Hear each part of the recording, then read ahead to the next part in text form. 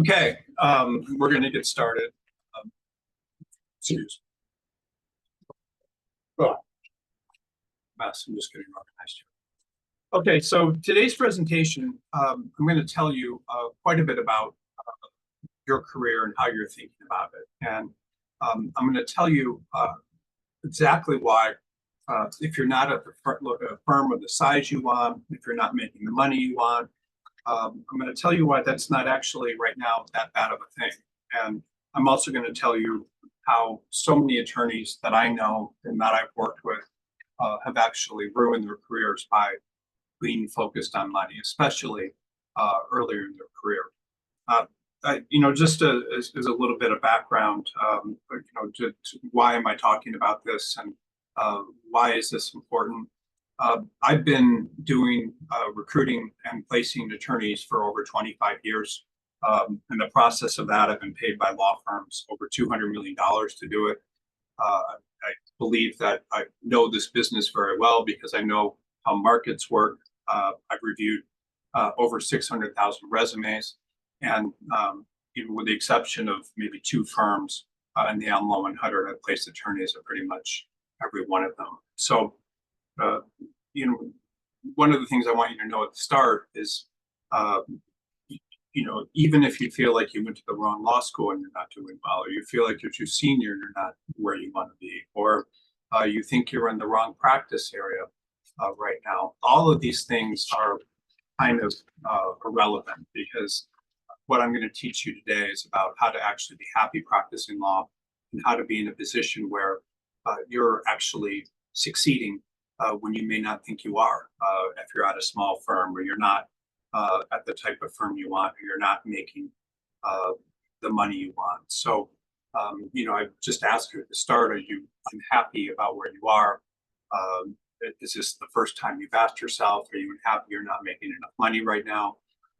And what do you need to do differently, or how do you need to think differently about everything? So by the end of today's presentation, I'm going to reveal to you how you can actually make less money in your career, but over time use that as a springboard to make more money through the rest of your career than any attorney that starts out at an Am Law 100 or 200 law firm. As a matter of fact, in my opinion, the vast majority, probably 80% of attorneys that start out in smaller law firms and stay there or move between firms to better themselves, actually make more money over their career than those who don't.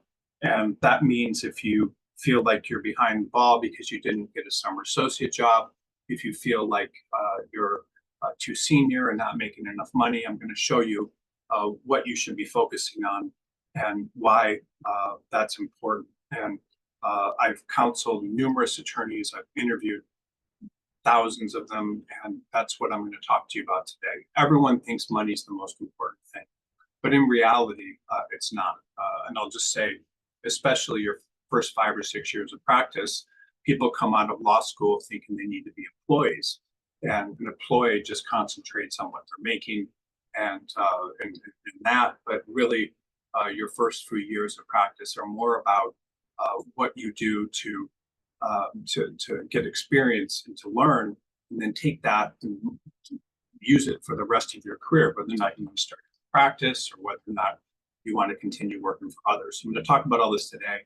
I think this is a very powerful presentation because I know that most attorneys, the majority of them, probably over 85%, or maybe even 90, don't feel good about what kind of money they're making, when in reality, that's the least important thing. And those that start out in top law firms generally almost always don't stay there, and they go into other things outside of law firms and never really have the career that you're going to be capable of if you stay in law firms and learn what I'm going to teach you about today. So I'm very excited about today's presentation because when are you going to kind of realize your value and focus on the right things? Because if you do over time, it's going to be very, very helpful. And every week on this webinar, there are people that don't feel good about how much they're making. Happens with law students. It happens with associates. It happens with partners, and there's just kind of this consistent focus on money. Now, I'm not saying that money is not important, because money is extremely important. Obviously, you want to support your family and you want to have the things in life that you want, but it's not important unless you are able to not use the experience that you've had to improve yourself and move up. And I would say I know a lot of very, very successful attorneys, and a lot of them, and the majority of them didn't start out making a lot of money, and or they transitioned from some place where they weren't making a lot of money, but when they got the experience, they were. And even just at this present point in time, there's this huge, for example, demand for trust and estates attorneys, and a lot of these trust and estates attorneys started out at like very small firms, and they weren't making a lot of money. And then because there's so much demand on the market right now, they're literally finding themselves in like Am Law 100 law firms, having started out making less than $100,000 a year. It's happened several times, like in the past few months, and they're getting interviews all over the place just because they have that experience. And it happens with every practice area. It happens with corporate. Like when corporate gets busy, people come out and they don't they're worried about money, and all of a sudden the market heats up. So when you have this experience, you can move into these firms, but focusing on money right away and being angry with your employer, thinking that's what's the most important thing, especially in your early career, often destroys careers, and especially a lot of times the people that start out and the largest firms. And just as a preliminary matter, I made this statement a little bit earlier, but the practicing law is about far more than making money.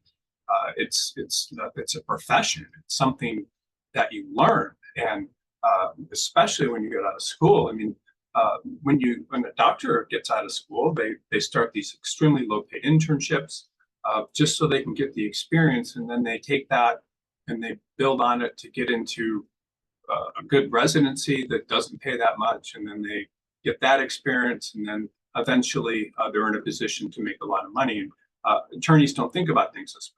They think, oh, I'm just going to get out and I have to make a lot of money, but it's really more about that.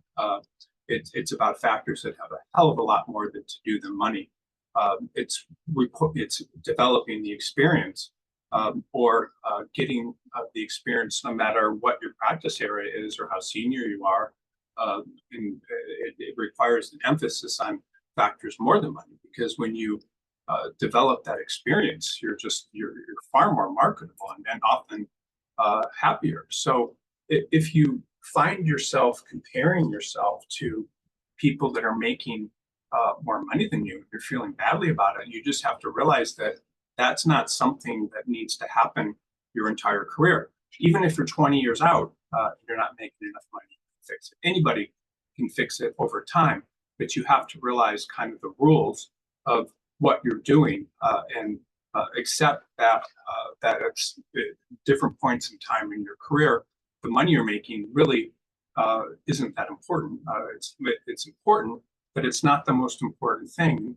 People that are focused on money, and that's their number one goal, they're often unemployed, they're underemployed, they're bouncing around between jobs, and they're just kind of being an employee and never committing to learn, and never, just basically they're hired guns, and but that never gives them the experience that they need, and they're never able to learn the people skills of working for others, and treating partners that they're working for, if they're other partners they're working for, like clients, and learning how to do things. So, just some things that I'll just briefly list that are more important than money and will make you happier, at least in the short term, is the first one: to continue to practice in law. Because if you if I take a typical person that's 10 years out of school or 15 years out of school, and they're still practicing, and they've been practicing in one practice area, they are extremely marketable. They always can get jobs all the time. I mean, it's not hard. This week, for example, I placed someone that was in the bottom of their class from a unaccredited California law school in a big firm. When I say big firm, I mean 50 people, but in a big firm, because they had that experience and they just kept moving up. If you're practicing law and you're unhappy, like the people you're working with are just not, you don't fit in, or you just, it's not a nice place. You're at work most of the time, and that's your life. So you want to like the people that you're with, and be happy with that, because that's being happy with the people you're working with. Is you don't want to come home unhappy every day. You want to be happy, and you want to feel like you're working with people that you like and that support you. And you know, there's so many different cultures of different law firms, and there's just there's all these different cultures. And you may be in a firm right now where you don't like the people or you're uncomfortable, and suddenly you go to a different firm and it's just, you just click with the people and you're suddenly happy. And when you do that, you have relationships and you can move up. And then, you know, and another thing that's extremely important is if you're in a law firm, you want to advance. You don't want to lose your job. You constantly want to be improving and advancing and getting work. The most important point of, and this is just something I ask you to write it down, and I ask people to do this in every single webinar that I do, but you want to be able to advance and not lose your job. But the most important thing is always having access to work. Are people going to give you stuff to do? Are you going to be able to practice law? Because if the work dries up because you made decisions only based on money, then you're in trouble. So you always need to have access to work. That's the entire name of the game. Partners need to have access to work because they need to get clients. Associates need to have access to work because they need people to hire them. Senior attorneys need to have access to work because they need to have people giving them work. And you always need to have access to work. If you lose access to work, then your career basically ends. So you want to have access to work, and that's just hugely important. There's nothing more important than having people give you work to do. And it may not be at the highest paying firm, but you're still alive. If you're having people give you work, you're still alive. Working for money can just completely run you down. Your health can suffer, your sanity can suffer.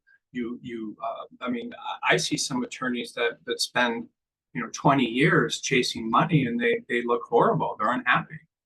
Their health is horrible. They have heart attacks and cancer and all these things, and where that wouldn't happen necessarily if they didn't put themselves in that situation.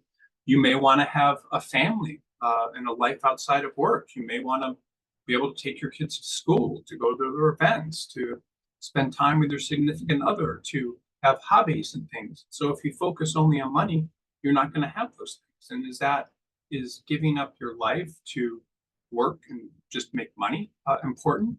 Do you want to feel happy and not threatened that you can lose your job, and or just feel it's unpleasant? And do you want to be productive and work on matters and things that you care about and think are important? So that's extremely a big deal. So people who decided to practice law, they used to basically, this was way before big firms and things. They would either take their law license and get a job on their own, or they would just do whatever they could to work with like-minded individuals who would protect and advance them. There didn't used to be large law firms that paid all this money. It actually started in the 1950s with Cravath, because that firm grew very quickly, servicing clients like IBM and things, and they realized that they didn't have enough partners, so they would too many partners. They would always send people in-house to other companies, but pay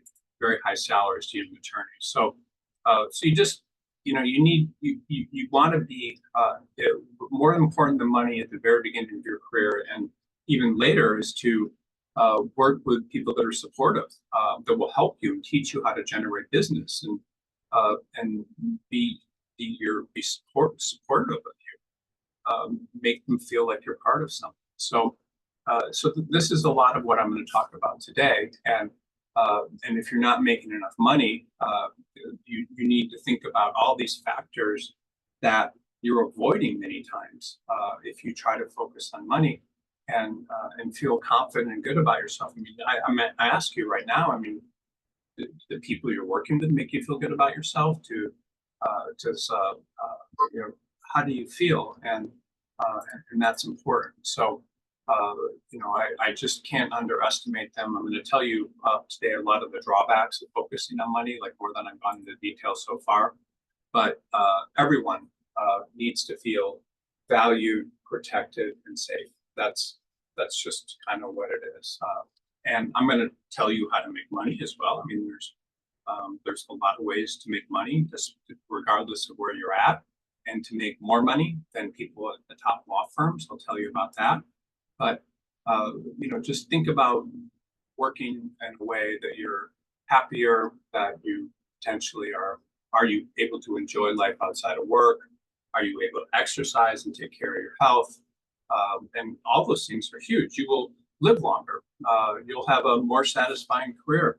And I bring this up in a lot of these webinars, but I see so many attorneys just die. Like, one of my candidates, who was a partner at a large law firm, went home one time for Christmas or something, and his body had been like so jacked up with all this hard work and everything. He got home to his parents, and like he was there for like an hour and just died. Died like in this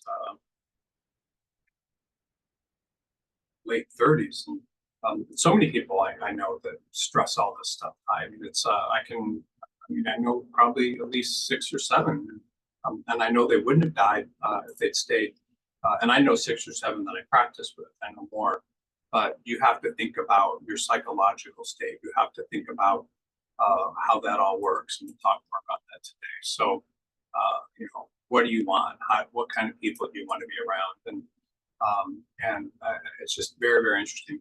One of the most interesting things that I see, and I've always seen throughout my entire career, is what kind of happens to attorneys that chase money in these big markets, and then what happens to attorneys that are in smaller markets where these huge salaries that the clients don't pay as much and firms can't pay as much. Like, what happens to attorneys in those smaller markets? And you may be in a smaller market and jealous of attorneys that are practicing in major markets and like how much money they're making. A major market would be Los Angeles, San Francisco, the Palo Alto region, New York, Chicago, Miami. There's all these kind of major markets. And then you have these less developed markets, which would be places like Sacramento or Detroit or Rochester, New York, or I mean, I can name them all day.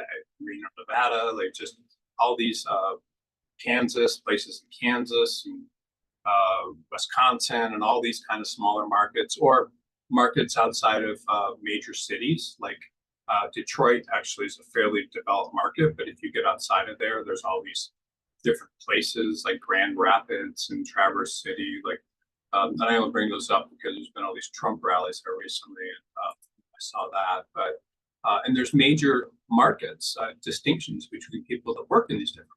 So, if you the difference between what happens to people and a health standpoint, practicing law in these large and small markets is profound. Because if you join a large law firm in one of these major markets, the odds are very good that you won't be working there.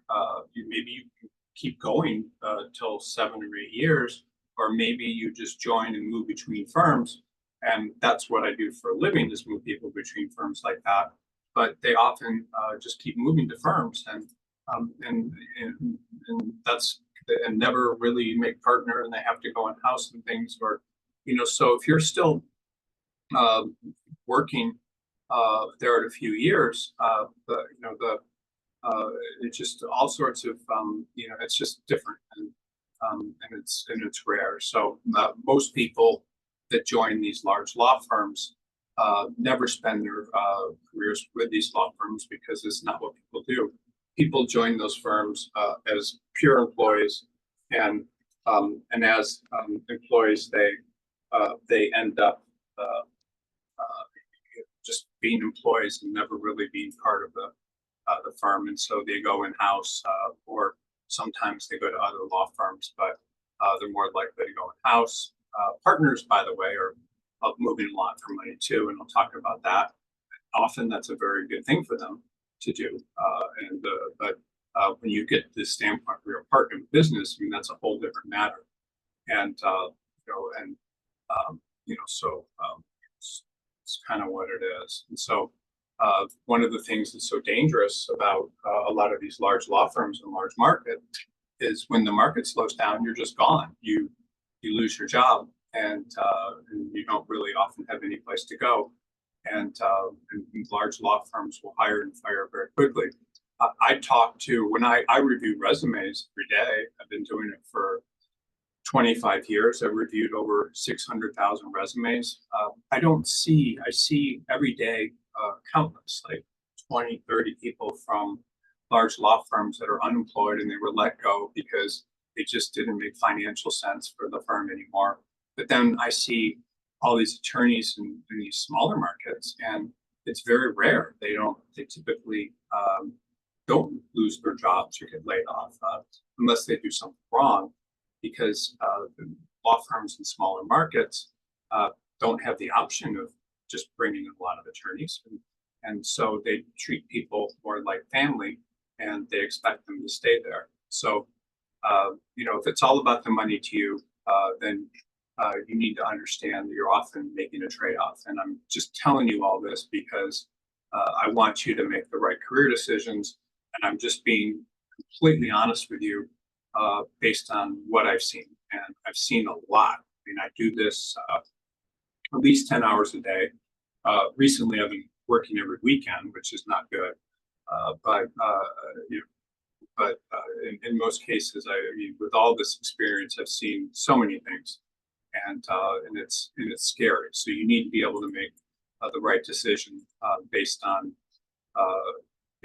not necessarily making money your number one priority. And I'm not suggesting to anyone that you shouldn't try to get into the best possible firm you can when you are in law school, and even to some extent when you're an associate, because you will get very, very good training. But you just need to realize that there's limits to it, and if you continually focus on money your whole career, it's going to be a little dangerous, because you're an employee, and there's kind of a gravy train that happens when things are good. But when they're slow, and they do get slow, then there's lots of people lose their jobs. And it's often not just because things get slow. I mean, things can happen. Like a firm with a huge litigation case would settle, and all the litigators are let go. Or a practice area just becomes very, very slow for whatever reason in a firm. You just never know. And that can dramatically affect your career. And so things are often much different in larger smaller markets. I would call Detroit a mid-sized market, but I don't see that in that particular market, in a market like that, or Rochester, New York, I don't see firms hiring too many people and letting them go as much as they do in larger markets. And so, the part of the thing is that when you join a firm in a smaller market, there's often not a lot of options to move, and the firms know that, so they tend to keep people around because they don't want to destroy their careers. So I'll talk a lot more about this today, but the different markets and different size firms have more emphasis on loyalty and protecting you and training you because they believe you're going to be there long term, than not necessarily doing something a little different than happens in larger markets. So smaller markets, they don't tend to not overhire during the best economies. They just kind of never do and lay off a bunch of people. They tend to protect their own. And if you're in a smaller market, I'm sure you know exactly what I'm talking about. And if you feel badly that you're not in a larger market, then you should not necessarily feel that way because you may actually be in a better decision, better circumstances than people that end up joining these huge law firms. So again, I'm not recommending that you don't spend some time in larger law firms if you're capable of doing it. If you come out of school and you are able to get a job in a large law firm, or you're able to move to a large law firm for a period of time, it is going to benefit you. And just without before I sell smaller law firms to you, the benefits of working in the largest law firm you can earlier in your career, at least getting the experience there before you move to a smaller law firm, are that you're going to get exposed to larger clients with more money that are going to enable you to go into more detail on work, learn how to do work at a much higher level than you might at your average smaller law firm. The reason smaller law firms don't give you that is because their clients aren't as large, and their clients won't pay for a lot of work that needs to be done, and because they aren't willing to pay for that, they don't have as big a budgets. You cannot go into as much detail on the things you work on, and because you can't do that, you often don't develop the kind of technical skills that allow you to look into matters in greater detail. Now, you certainly can do that if you want to grow into a smaller law firm, but in general, if you find yourself in a smaller law firm or a mid-sized firm in a smaller city, you're probably going to have a lot more long-term stability and happiness in your career. And I just ask you, I mean, is that what you want? Do you want stability? Do you want to be in a firm that is going to offer you that you're going to be happy? Or do you want to just chase money and make that your number one goal? Because your goal really should be your career, your happiness. But and by the way, I mean, I am not by any stretch of the imagination saying that people shouldn't join large law firms and spend their careers there, because obviously if it wasn't the case that people weren't doing that, then obviously there'd be no large law firms, because people would be concentrating lifestyles. Now, there are just certain people that are perfectly fit for large law firms. They have the motivation, they have the technical skills, they love the work that they do, and they're willing to put themselves and throw themselves into it, just like someone that wants to be a professional athlete or start a big company like Elon Musk or something, who you watch interviews with him and he says the most important thing is working. But it's not for everyone. A lot of people in large law firms really would like to do something else, but they can't. But there's nothing wrong with someone going into a large law firm if it's for them. But in general, for most attorneys, smaller law firms are going to offer you a lot more long-term stability and a lot more happiness. And the reason is the main reason that I see, and it's not always the case. So if you don't do good work, if you aren't punctual and doing things on time, if you're not getting along with people, then any law firm is going to not want you around, and they're going to get rid of you. So I'm not saying that people don't get fired in large law firms. I'm not saying that they don't lay people off, but they do so much less frequently than large law firms. And even in these mid-sized markets, I know so many attorneys or the smaller to mid-sized law firms, and they just keep going. Like they start their careers when they're 25 and they continue practicing in the smaller market, and then they continue practicing into their 70s or even their 80s, and they enjoy it. I mean, they don't they feel good about themselves. And it's interesting when you if you're in like Los Angeles or New York or something, or the Bay Area, like you tell people you're a lawyer, like there's not like there's not a lot of respect that you're given because of that role. Just it's not something that that is respected as much as it would be. But if you're in a smaller mid-sized market and you're a attorney, like people think you're like God. It's like I mean, that's a little bit extreme, but you're very, very respected, and people think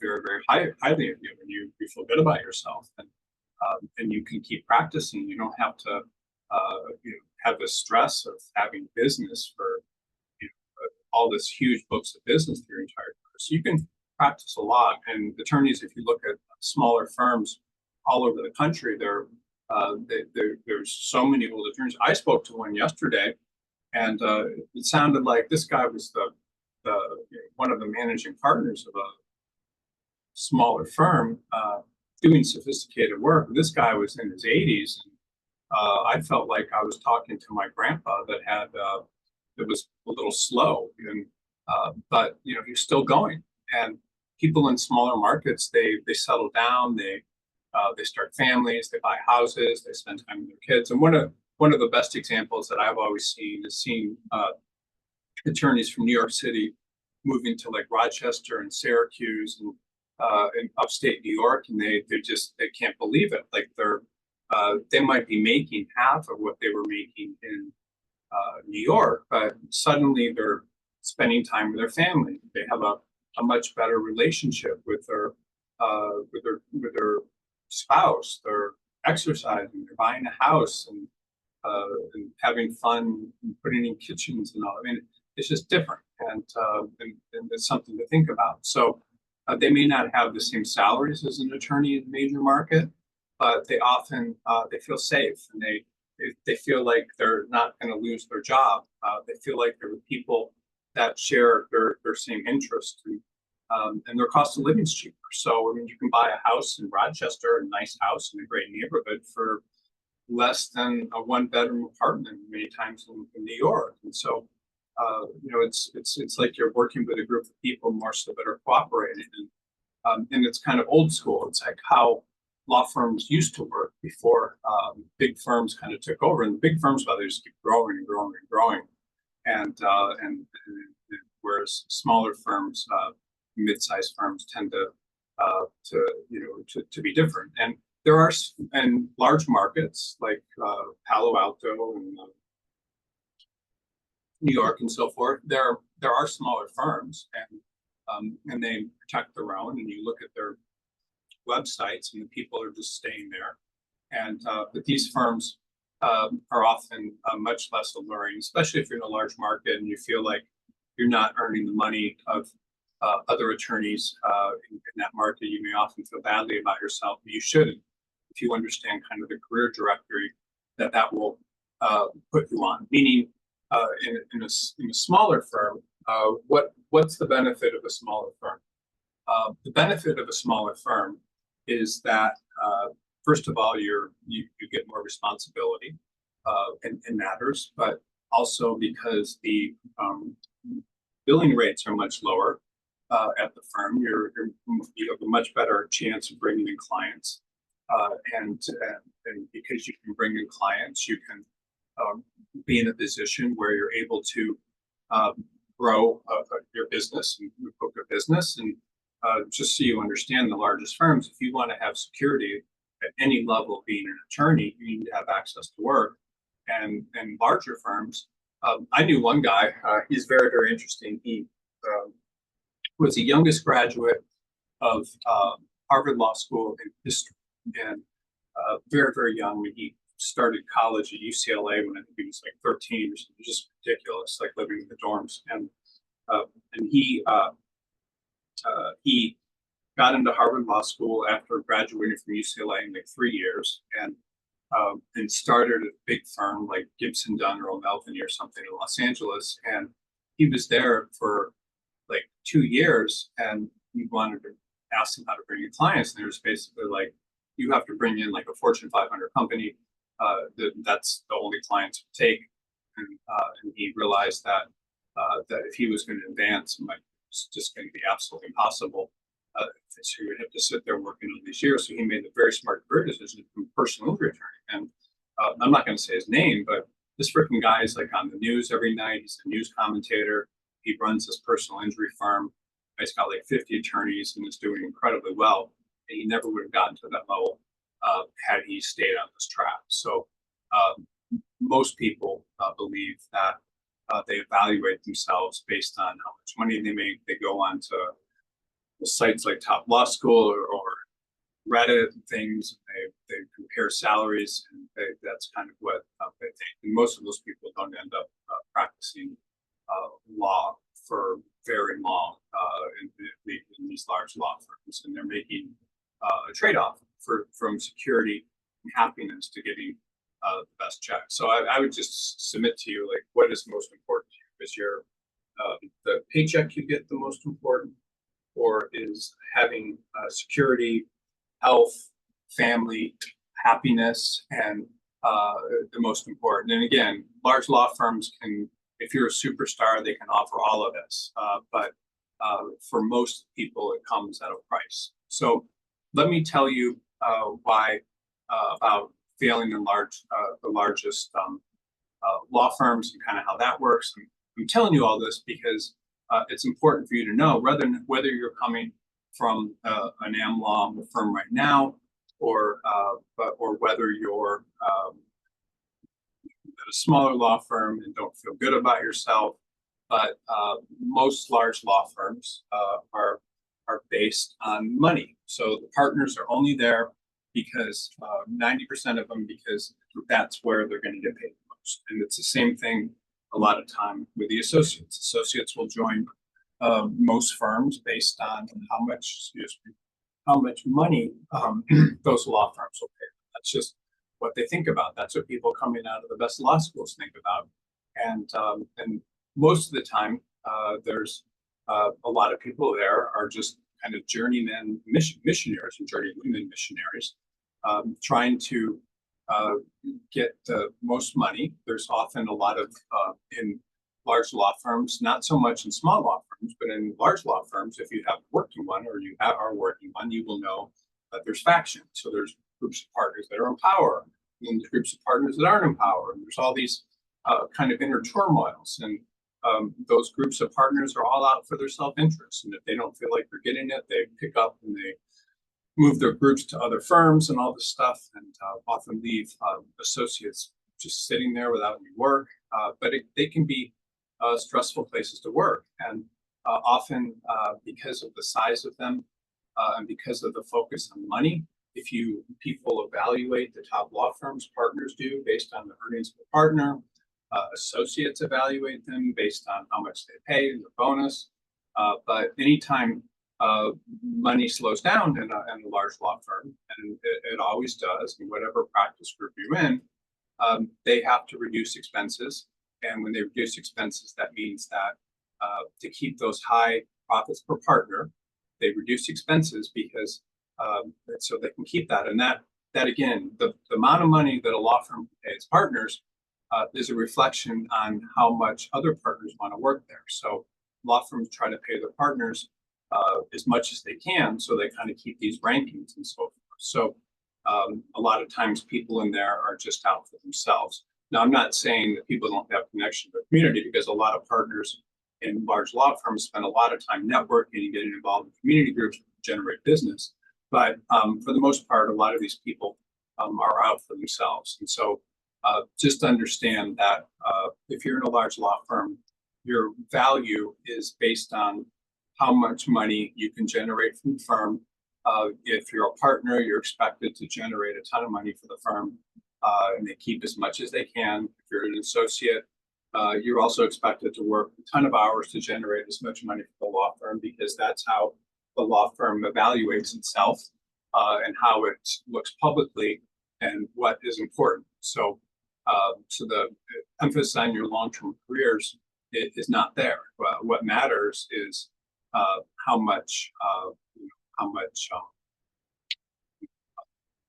money you're bringing in. So if you're at a smaller law firm, oftentimes there's cover. I mean, you're not part of this. And Smaller law firms, I talk to people. I remember talking to a woman not too long ago. Well, I've talked to several people. I've written books about this stuff, and I see when people are in the smaller law firms, especially in kind of smaller markets like Charleston, South Carolina, or something, or Baton Rouge, Louisiana. I mean, it's interesting because all of the partners and associates typically they may live in the same area, and the kids all go to the same school or same schools in the area, and their wives or husbands or friends, and they do things together on the weekends and go over to each other's houses, and it's just different. They're kind of part of a group of people that they feel comfortable with, and they're just bonded to, and they will help each other do better. And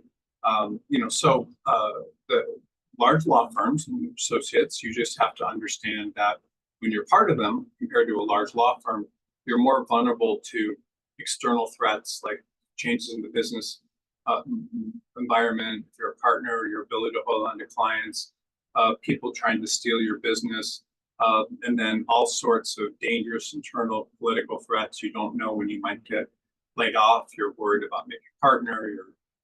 You're given bad performance reviews, often that are unfair. Partners are often demoted when they don't have enough business. And I remember I was talking to this guy that was he's incredible. He started his career at a large law firm when he was probably 28, 29, maybe 30, I don't know. And by the age of 45, he'd saved enough money to retire. But what was interesting about him is when he retired, he said, I got to get out of this, because it's not only, the scariest part of working in this large law firm was that other partners are your enemies. Like they're not your friends, they're your enemies, because they're competing with you. So being in this atmosphere where everyone's your enemy is very, very scary. I'm not saying all large law firms are like that. That law firm is like that, but I hear that from a lot of partners in large law firms. Like everyone's my enemy. And so, there's so many firms that have failed. There's because of money, and there's books about it. There's a book about Finley Cumbo failing.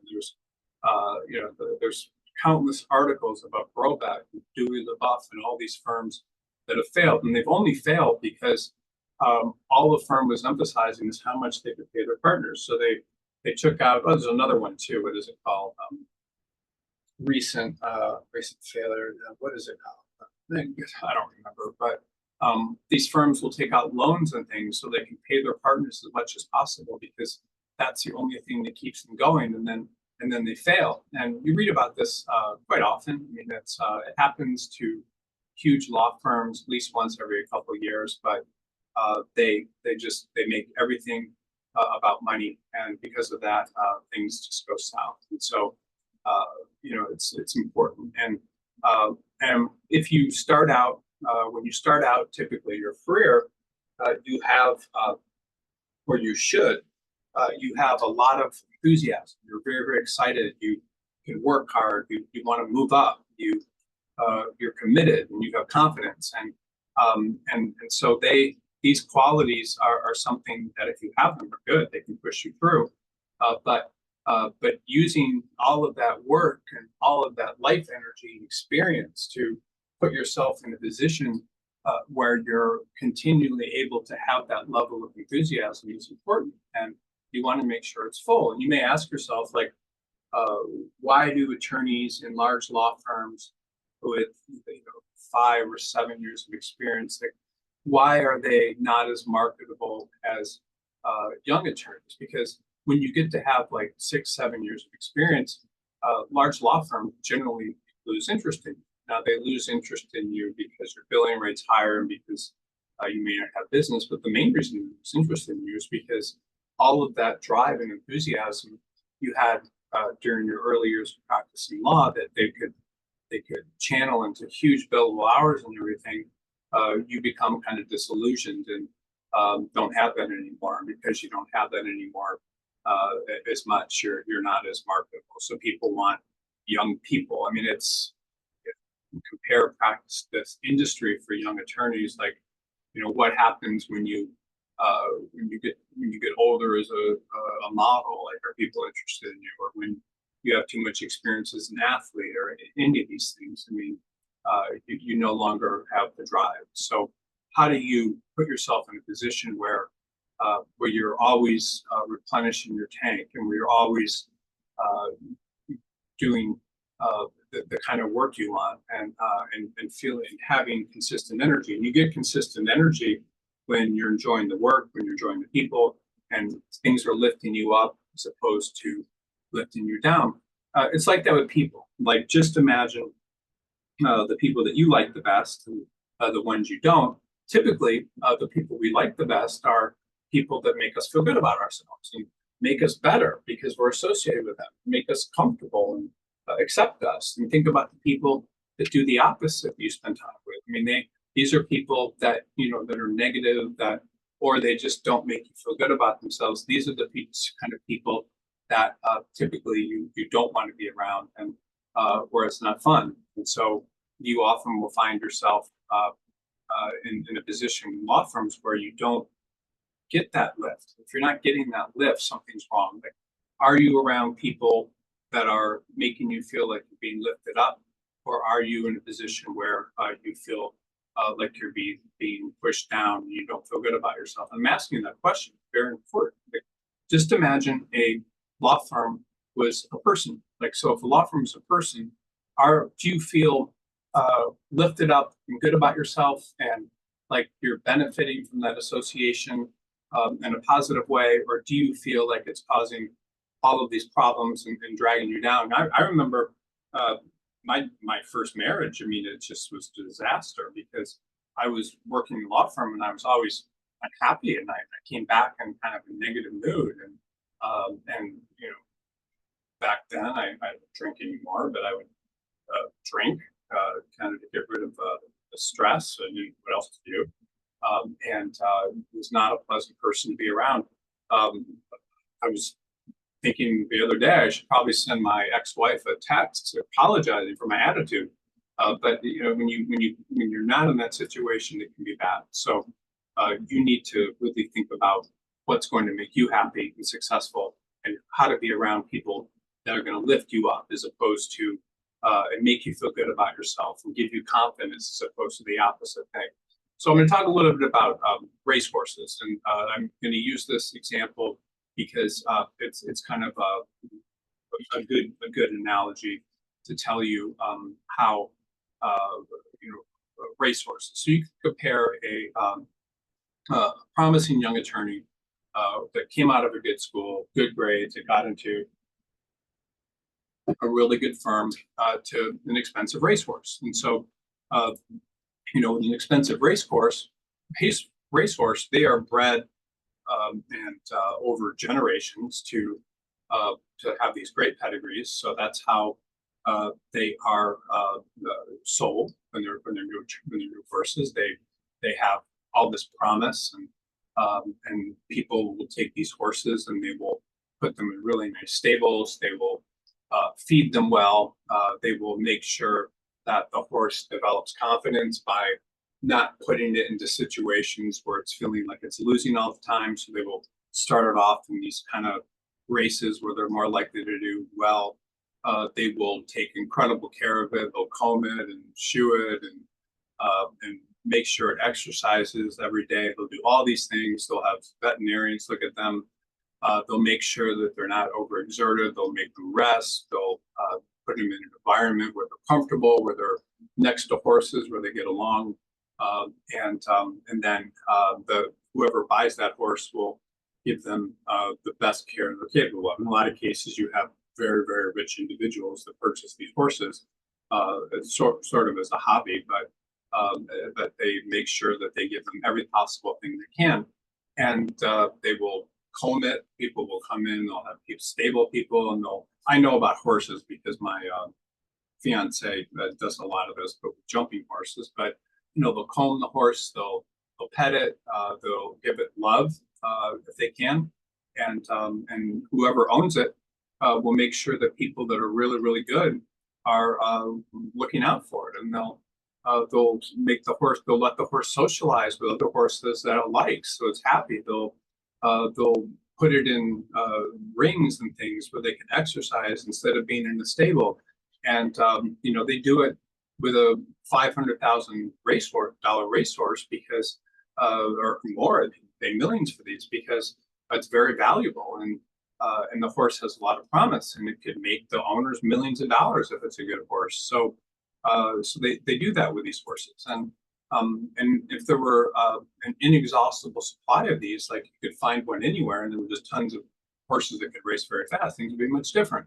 But just think about these race horses. If it's not maintained, if it's, sometimes horses are beaten when they hit them hard with spurs, and with a really good racehorse, they make sure that when someone's riding them, they have very light spurs. And if they tried to race that horse in every single race they could, they just took it to every race, and it was just exhausted and kept losing. It didn't feel good about itself.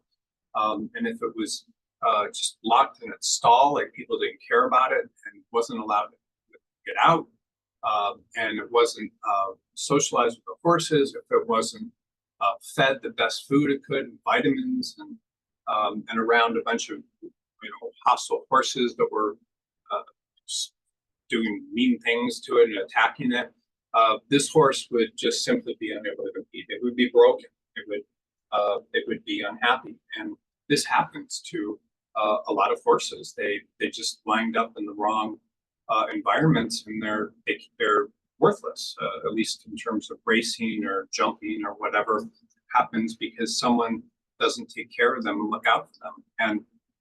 And so these horses that are abused and not taken care of don't do well in any race, regardless of their pedigree and how special they were when they were born and all their potential. It doesn't matter where that happens, if that happens to a horse. And so, horses like that, they have psychological problems that aren't taken care of. Sometimes they even go crazy and they need to be put down. They're not good horses.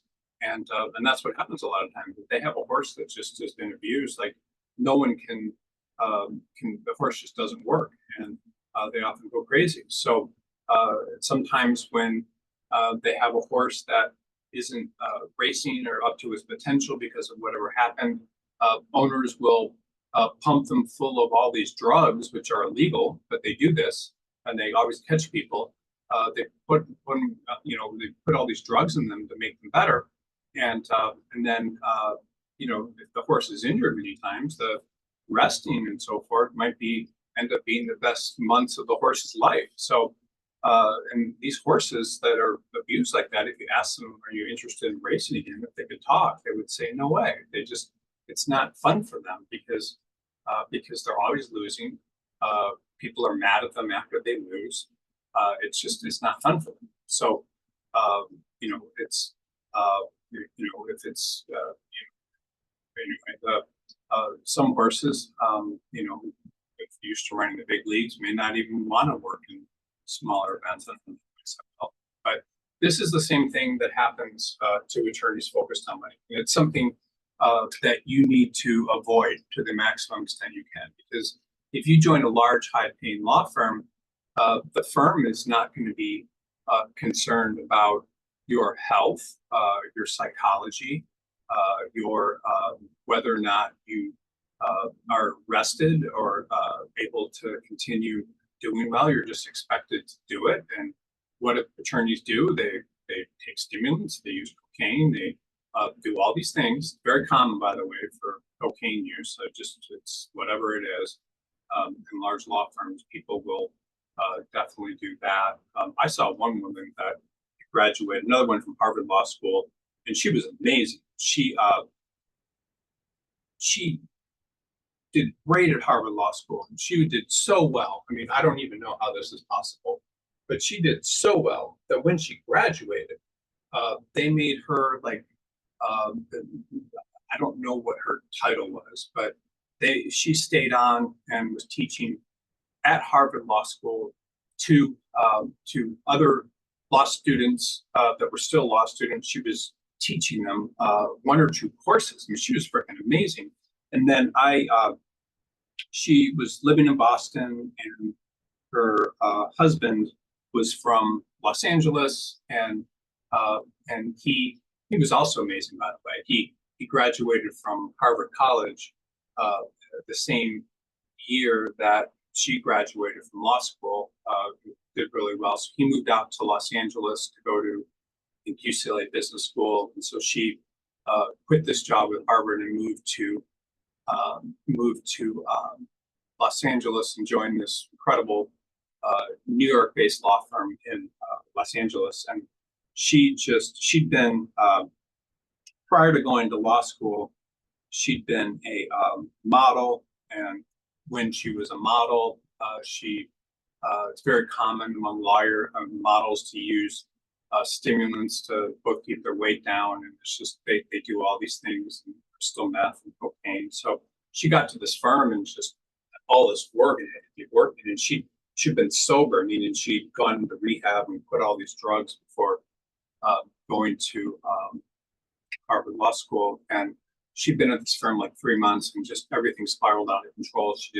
She was back in the state where she wanted drugs, and so she started. I mean, this is an incredible story. I mean, she started smoking or using crystal meth, and within about a few months of doing that, she just went to hell, and wasn't making any sense anymore, and ended up losing her job. Her car was repossessed.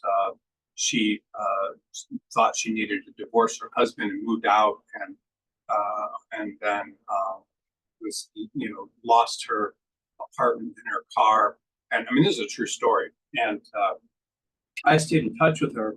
And one day, I was sitting in my office in downtown Los Angeles, and she walked in. I shit you not. She walked in bare feet with another woman, been living on the streets of Los Angeles, smoking crystal meth, and wanted me to help her open up a bank account to deposit a check that she found on the street. This literally happened. And so her entire life fell out of control because of these pressures. And she actually ended up fixing all this. And now she's a very good criminal defense attorney with her own practice. But this is what can happen.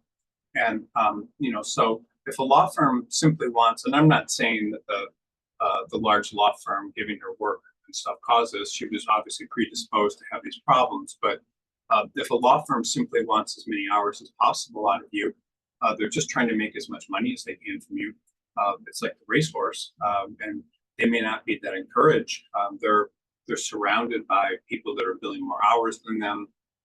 They can't make mistakes. They need to be available all the time in the office, and they're in a hostile environment that often, if they don't thrive there, some people are naturally cut out for it. But if this hostile environment can push them down, and the law firm can hire people all day. I mean, think about this. If I say, hey, I have this legal recruiter job, and I guarantee you'll make $500,000 a year. Well, if you come into my recruiting firm and I have to pay you that much, then I know that I will have people lined up to make that much money, because it's ridiculous. I mean, no recruiting firm would pay you near that. And if you don't work out, I'm just going to let you go and find someone else. And so that's how large law firms, when they have a job, are going to get 100+ applications. So there's always a new supply of people. There's plenty of people that will do the job. And so it's important to realize that you are dispensable. If you're not winning races like these racehorses, they'll find someone else.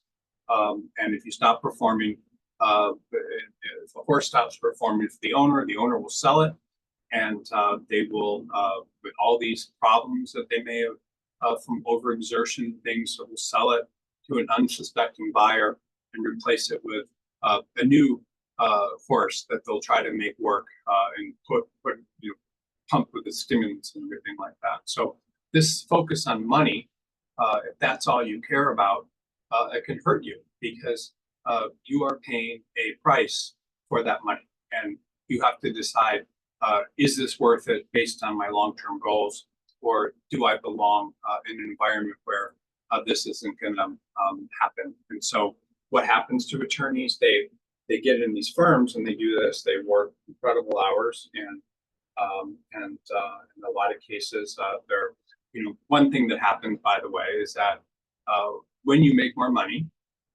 you tend to you tend to buy things. So you buy a house with a mortgage. You may buy a car. Your living standards will change. So you'll start going out to expensive meals and things. And so and oftentimes this is what happens to a lot of men. You are a very attractive prospect, so you will find someone that you find very attractive too. So you'll start a family, and but you'll get into this point where you have no choice, and you're just, because you have to pay things. You always have to work in these large law firms, no matter what. Otherwise, all that goes away, and that's what happens. These think them like guys, but when they lose their jobs or can't take it anymore, their whole life falls apart because they can't afford things, and they're not as attractive as me. So I see all the time. I'm not trying to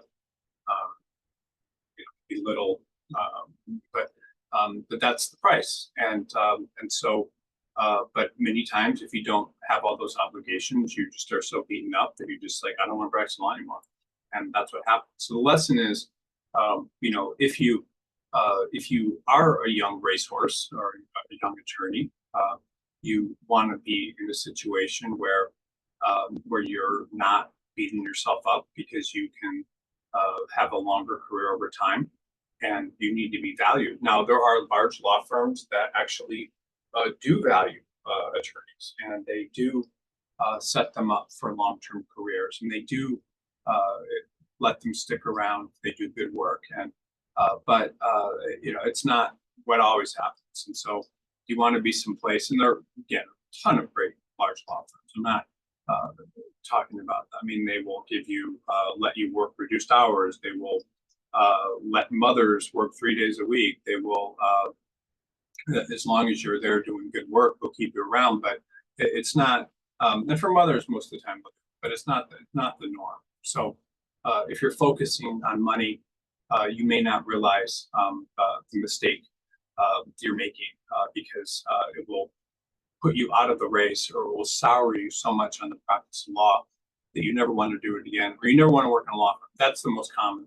So people will go into these large law firms, and they will work very, very hard, and like, I don't want to work in a law firm anymore. And so they will go in house, and when they go in house, they've stopped working in a law firm. And what does that mean? It means that they're never going to develop a book of business. They're never going to they're probably not going to be practicing into their 60s, because they're going to be in house. And typically when you go in house, it's a very difficult career, because companies, as you know, go out of business. Companies have all these layoffs. When you're in a company or cost center, companies hire new general counsels, and those general counsels want to bring in their own team, or a new CEO may come in and she wants to bring in their own legal team. So it's when you go in house, or when you stop practicing law in a law firm, you're really putting yourself in kind of a rough path, and because of that, you will often never reach your full potential. And like I told you earlier, attorneys in law firms can practice into their 70s and 80s, because they have clients, and they have work. And, whereas when you're in you go in house or some other role, you're dependent on others to give you work. You'll never have your own work. So I'll tell you about a couple of different career stages. First is attorneys that are right out of law school. This may be you, and excuse me. And if you're a very, very good student at a third or fourth year law school, regardless, say you're in New York and you go to New York Law School or Case or something, if you're a very good student there, you can get into, most times you can get into a large law firm. It's that's kind of how it works. Now, if you're going to like a top law school, you can be almost in any level of your class and get into a good law firm. But for the most part, the best attorneys will end up in large law firms, and especially if you're not a good law school, because people will be like, wow, this person got into this huge law school and I mean this great law firm. This is amazing. Like they're making all this money compared to what we can make. And so they go into smaller law firms, and most of the time they go into consumer facing practice areas. I mean, they're working for people as opposed to companies. And so there's less money involved. And consumer facing practice areas would be like consumer bankruptcy, personal injury, trust and estates, family law, things like that. That's where most of the students that aren't at the top of their class and not the best law firms end up going, or they go to government jobs and they will make much less money than someone that's at the top of their class at a fourth-year law school, but maybe half to one-third. But these other students will sometimes be grateful for their jobs. They will be happy to have a job.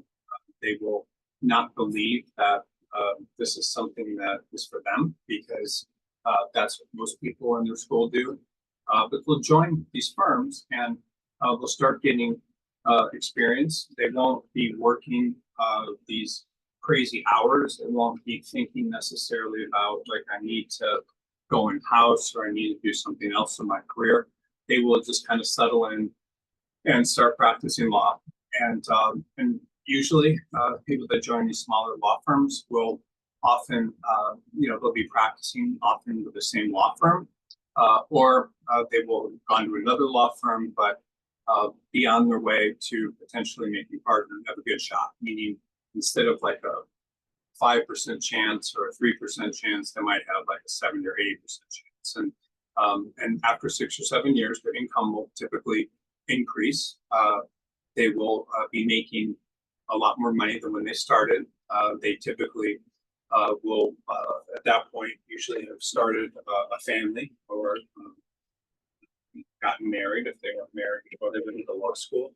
And they will not likely be plotting an escape from practicing law. They're just, they're there, and they're often much more happier and fulfilled, and not have kind of all the psychological issues and problems that will be experienced by attorneys at major firms, meaning substance abuse to get rid of the stress. Very, very common. And I remember there was this, it wasn't a huge law firm, but it was a big law firm. It was in San Francisco. And I met all these attorneys from there, and they're all like using cocaine and getting divorced and having all these issues. And so this is what happens to if you're one of those top students. What happens is you will typically join a major law firm, and then you'll be in an extremely competitive environment with some of the most competitive people I've ever met. You will always have this kind of black mark where other people went to these top law schools and you didn't. So you'll always be aware of that. And often, just not going to be rude here, but when you don't go to a top law school, the law firms that you join you'll often be the first to go when there's issues, because your school does not look as good to clients, it's not as respected. So often when you go into and you start talking to attorneys in top law firms, most of them, right when they start, like within a few years of experience, are around all these other attorneys that are talking about going in house. You might not even know what that means at that point. And but soon you will be working with more competitive people than you ever were around in law school, and you might notice some of the following stuff. So if you ask your peers questions about different types of work you're doing, they may just kind of not give you the right answers, or just not give you everything they know, because they're competitive with you, and they want to look like the ones that are doing the best work. And then you'll start seeing all these people working incredible hours, and you'll be around that. So because of all this peer pressure, and watching what other people do, you'll know that you have to do the exact same thing to do well. And you will be having games played behind your back, and you'll learn to do the same thing. And then you'll start seeing your peers talking negatively about the firm or the clients, and you'll see all these people that kind of get on this negative side, and you'll realize that there's kind of all these other associates are just talking negatively about where they're working, plotting to go to other firms and finding problems with the firm. And then people will be talking about bonuses and all these bonuses they're going to receive. And then when they do receive bonuses, they'll be comparing themselves to what other people are earning and other bonuses. And when they don't get the bonuses they want, they'll start jumping and trying to go to firms that pay more. I remember this one partner that I was coaching, and I coach partners, and they pay me like $5,000 a month. I'm giving you a lot of information that, it's obviously free, but for 2 90-minute meetings. And I was talking to this one partner, and he had he had kind of a budget to do it. I don't know how it worked, but he just given all these associates that work for him bonuses like at the end of the year. And all of these attorneys were that he gave bonuses were very upset. They were like, this isn't as much as I deserve more. And he even had some associates that weren't working big hours or doing good work, and they were all mad about bonuses. And so he lost some of them because they didn't get the best bonuses. And so and then a lot of these attorneys will start finding they're on all these different forums, and they're talking about different gossiping about their firm, and then oftentimes you'll get performance reviews, and they'll just be like incredibly negative. Now, when you're a young attorney, often like your first year or so, they do give you very negative reviews because they want to push you harder to do better work, or work harder or do better work, and you have to learn that, but it's not fun. And then you'll start seeing all these people leaving the firm. Sometimes we'll just do these emails to the entire firm talking about leaving. You're sitting there, and like every month or week or whatever, you start getting all these emails from people that are leaving. They'll be like, oh, I really value my experience and I did this. But you wonder, why are these people leaving? And then when they start leaving, you'll start thinking you need to leave, and we wonder what's wrong with this place. And so then when they leave, often people are very happy that they left. They'll help them because they want to take their places. So the minute you talk about you want to leave with another associate, if that associate's at your level and you're competitive with them, they'll be like, yeah, that's probably a good idea. I'd love to go to this in-house job or whatever because you're competitive with you. And so then you'll learn that it's almost impossible to make partner. You'll learn that there were every year that 30 new associates come in, and over the past 5 years, only 1 or 2 of them ever make partner. And you'll wonder kind of what is going on here? What am I working for? And you just kind of wonder what's on the other side. And you'll be in this firm, and you'll see people often working till 3 or 4 a.m. A lot of them may be working on transactions or getting documents for filings and litigation.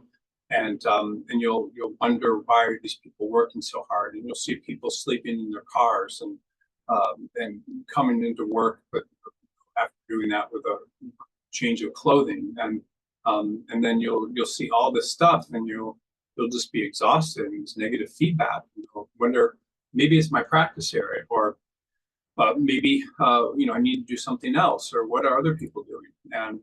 And then you'll start thinking, maybe there's something wrong with me. Maybe I don't have the skills to be doing this. And a lot of times people will start going to a little bit like, I need to go to see a therapist, and they'll be thinking of quitting. And sometimes you'll see people hospitalized, like, oh, I have this horrible health problem. And I've seen people like in the spirit, a lot of times, like big firms are like, oh, I have this immune system disorder, and often it's just based on the work. And so then you might move to another large law firm, and you might not like it there, and then you'll move to another one, and then you move to another one, and then often you'll quit, and you'll be like, what am I doing? and maybe take a lower stress job in another practice setting.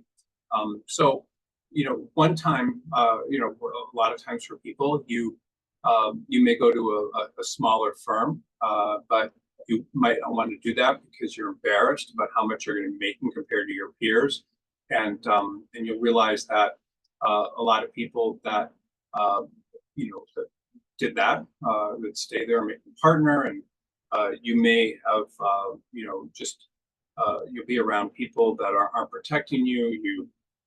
You're having issues with your family.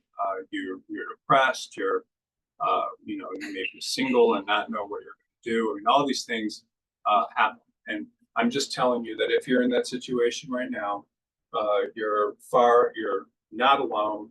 And this happens to a lot of people. And I hear about this all the time. Now, I don't hear from every big firm attorney I speak to. And as a matter of fact, I don't even hear from 50% of the people I speak to. When I speak to people, they're already kind of on the right track. But I see this with attorneys all over the country, and so they become unhappy, and there's a lot of aspects of play, but really the focus on money and kind of your ego and what do other people think of me? Like, how do I look to other attorneys, or how do I, how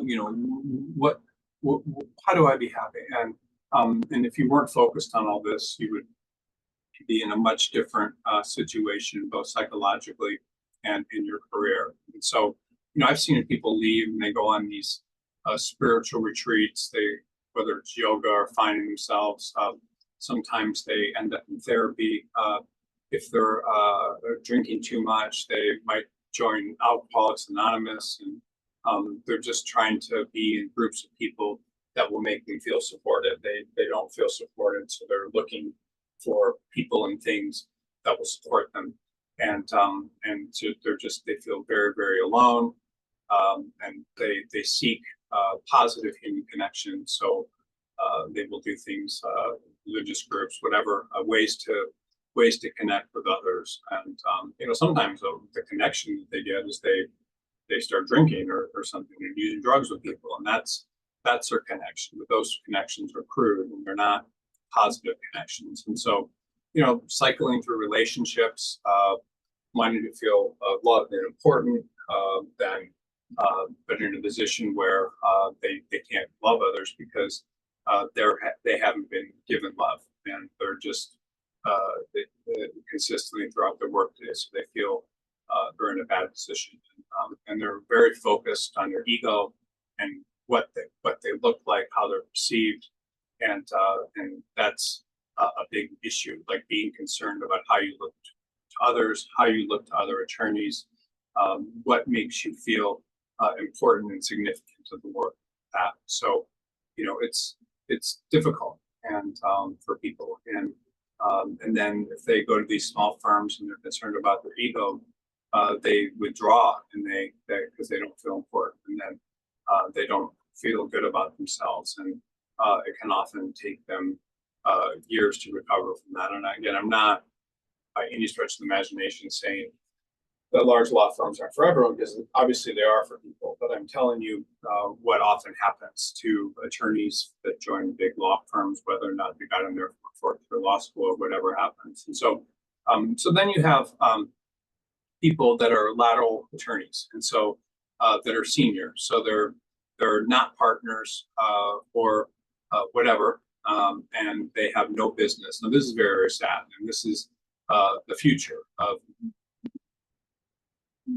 what happens most of the time. So the people that are the most unhappy are even more unhappy than a lot of times associates is these people become experienced working in large law firms, and they may have between they may have 10 years of experience or so, and they're not partners, and they may be coming from these hugely successful law firms where they're making $500,000 a year. I don't know, a lot of money, and they're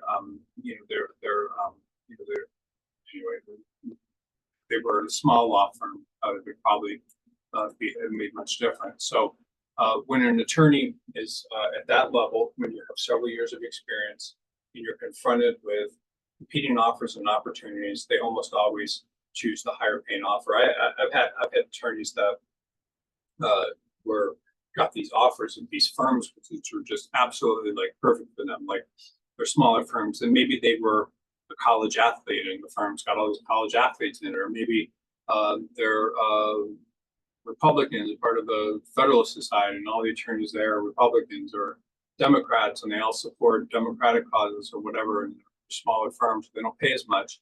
Well, attorneys like find these dream firms all the time, and then they find them, and then they get competing offers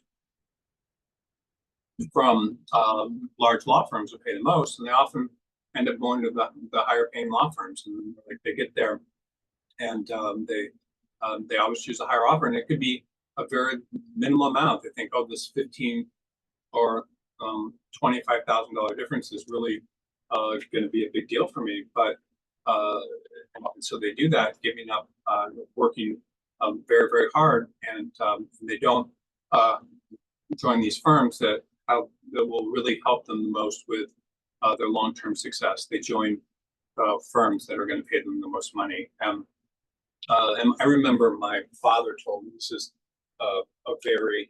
this is the kind of mentality of people that work for others, as he said. And he was always like a manager in, he was middle management, AT&T, and he said, once you get to a certain salary, that's your rate. You never have to take less than that again. And that's how a lot of people think. And it's very middle class thinking. It's how, and again, attorneys are middle class. I'm not going to beat around the bush. Most people that work for others are middle class. And the problem with this thinking is that, you're guided by that, and that's it. And, so people will set a ground about what they can make. And, and it's just kind of how that ends up working for people. So, the more experience you can get, though, as you become more senior in these large law firms, the less marketable you are. And it becomes much harder for you to get people to hire you and give you work. So you're in this situation, like, who's going to give me work to do? Because you're in a situation where you don't have your own work and you need others to give you work. And because you need others to give you work, that is very, very difficult. And there's a lot of reasons, but as I told you earlier, experienced attorneys are not in demand without business in large law firms. As a matter of fact, it's not impossible, but if the economy isn't really, but it's very, very difficult for senior attorneys to get business. They think, oh, I went to Stanford Law School, and I've got 8 years of experience with this great firm. But when they go out into the market and don't have any business, the reception is cold. It's not, most of the time, very little happens unless they can find a firm that really, really needs someone like them, which is rare, a large law firm, or they're willing to go to a smaller law firm. And again, there's all sorts of reasons for this. But when you get senior, your billing rate's competitive with partners. Clients prefer to have the work done on their own by the partners, and partners make more money when they do their own work. So let's say your billing rate's $800 an hour and the partner's $15. Let's say your billing rate is $800 an hour and the partner's billing rate is $1,200 an hour. If the partner does their own work, they may get to their, to basically what they make, they might get $600 an hour. But if they give you the work to do and your billing rate is $800 an hour, they might only get 20% of that as credit for that. So that's only 20% of 800. What is that? 160? And yeah, 160. So they're not making as much money. So people don't want to give you work. It's just very, very difficult. And so that's why lower paid associates are more in demand, because when the partner submits the bill to the client, it's like, okay, this person, I bill it at $1,200 an hour, and I'm having people do the work for $400 an hour. If you become like a mid-level associate, maybe it's $500, but the work is actually senior associate, I would probably call $900. But the work that you do looks very, very attractive because you're keeping the billing rate down, and it looks good to the clients. And so, but you always need to have access to work. This is the most important point I can make. I made it at the beginning of this webinar, but having people give you work or getting your own work is the only way you can survive in a law firm. You always need to have access to work. And there are people in large law firms that just do excellent work, and they're working for partners that have a lot of business, and then they're elevated to partner, and the partner keeps giving them business, and that's good. So if you're in that role, you can often last a long time in large law firms. And I've seen partners become people become partners just because they have the support of someone that has a lot of work and gives them work, and they're partners there their entire career. So it's not impossible, but you need to always make sure you have work to do. So if you don't have business, you need to be in a large law firm. You need to have a partner that's always going to give you business. I always like to when I talk to people, one of the smart things that they can do many times is when they're hired, they can say, well, they can ask, maybe you don't ask partners, but you ask associates you're interviewing with, like, what happened to the person who was in this job before me? Like, did they leave? Like, what happened? Are you being hired to work in a practice area where there's going to be an inexhaustible supply of work? And if you're in these large law firms and you're senior, you have to ask yourself, can I be working on firm generated work? I see people that are senior all the time get lucky. Like, they're hired by these huge law firms, and these huge law firms will pay them these great salaries, and they'll bring them in sometimes with like 12, 13 years of experience. Maybe they have a huge bankruptcy matter. Maybe they're doing some large project finance matter, but they'll only bring them in usually for a couple of years. They're like hired guns, and then they're let go. And sometimes they'll move to like these giant markets. They may move to like Dubai, or they'll move to New York or things to do this work. Typically, it's only a couple of years. And so I don't know why the firms do that. Maybe they don't look too comfortable, but you need to understand all of this. So when you're in a law firm, you just need to really think about, and I would say this for small law firms too, you need to think about, will the law firm pay you the salary you want over time? Or will you be able to stick around there, or is this extra money that you're getting paid compared to a law firm you could have long-term success in, the most important? So, you need to understand all this, and it's important for any stage of your career. I mean, I commend you, by the way, for watching this. We've been talking for a while, but you need to understand your role. Are you someone that the firm is going to keep over time, or are you just there for the short term? So, are you being protected? Do you have people there that are protecting you? Do you have are there people in the firm that will protect you? I tell the story a lot. Very talented associate, another guy from Harvard. And Harvard's got a huge class. It's got 550 people. So there's a lot of people from that firm's school spreading out. And so I tend to talk to a lot of them. But I was talking to this guy that was up for partner in a firm, and he said, well, I knew I wasn't going to make partner because I didn't have any sponsors. I didn't have like a sponsor, meaning a powerful partner that would get behind him. And so he was at that firm for like 9 years, and he got to that point, no sponsors, and they basically said, you're not going to be a partner. So he left and started his own small law firm. It actually became extremely successful. So it was actually a blessing in disguise, but no sponsor, no one protecting you. You're in trouble. You look at the firm you're joining, did they have layoffs? There are some firms, like awesome firms, like big New York names that have never laid anybody off. And when a firm that's like a big name like that lays people off, it's just like this black mark, because you always know that happens again, that's going to happen. And who are you working with? And, does it look like you're going to be there in the short term? Are you connecting with people when you interview with them?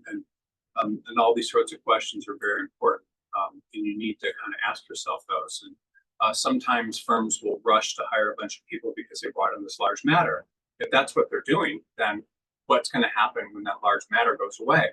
And you have to ask yourself if you're comfortable with people. And generally, when you go into a firm, any firm, you can get a sense of what it is.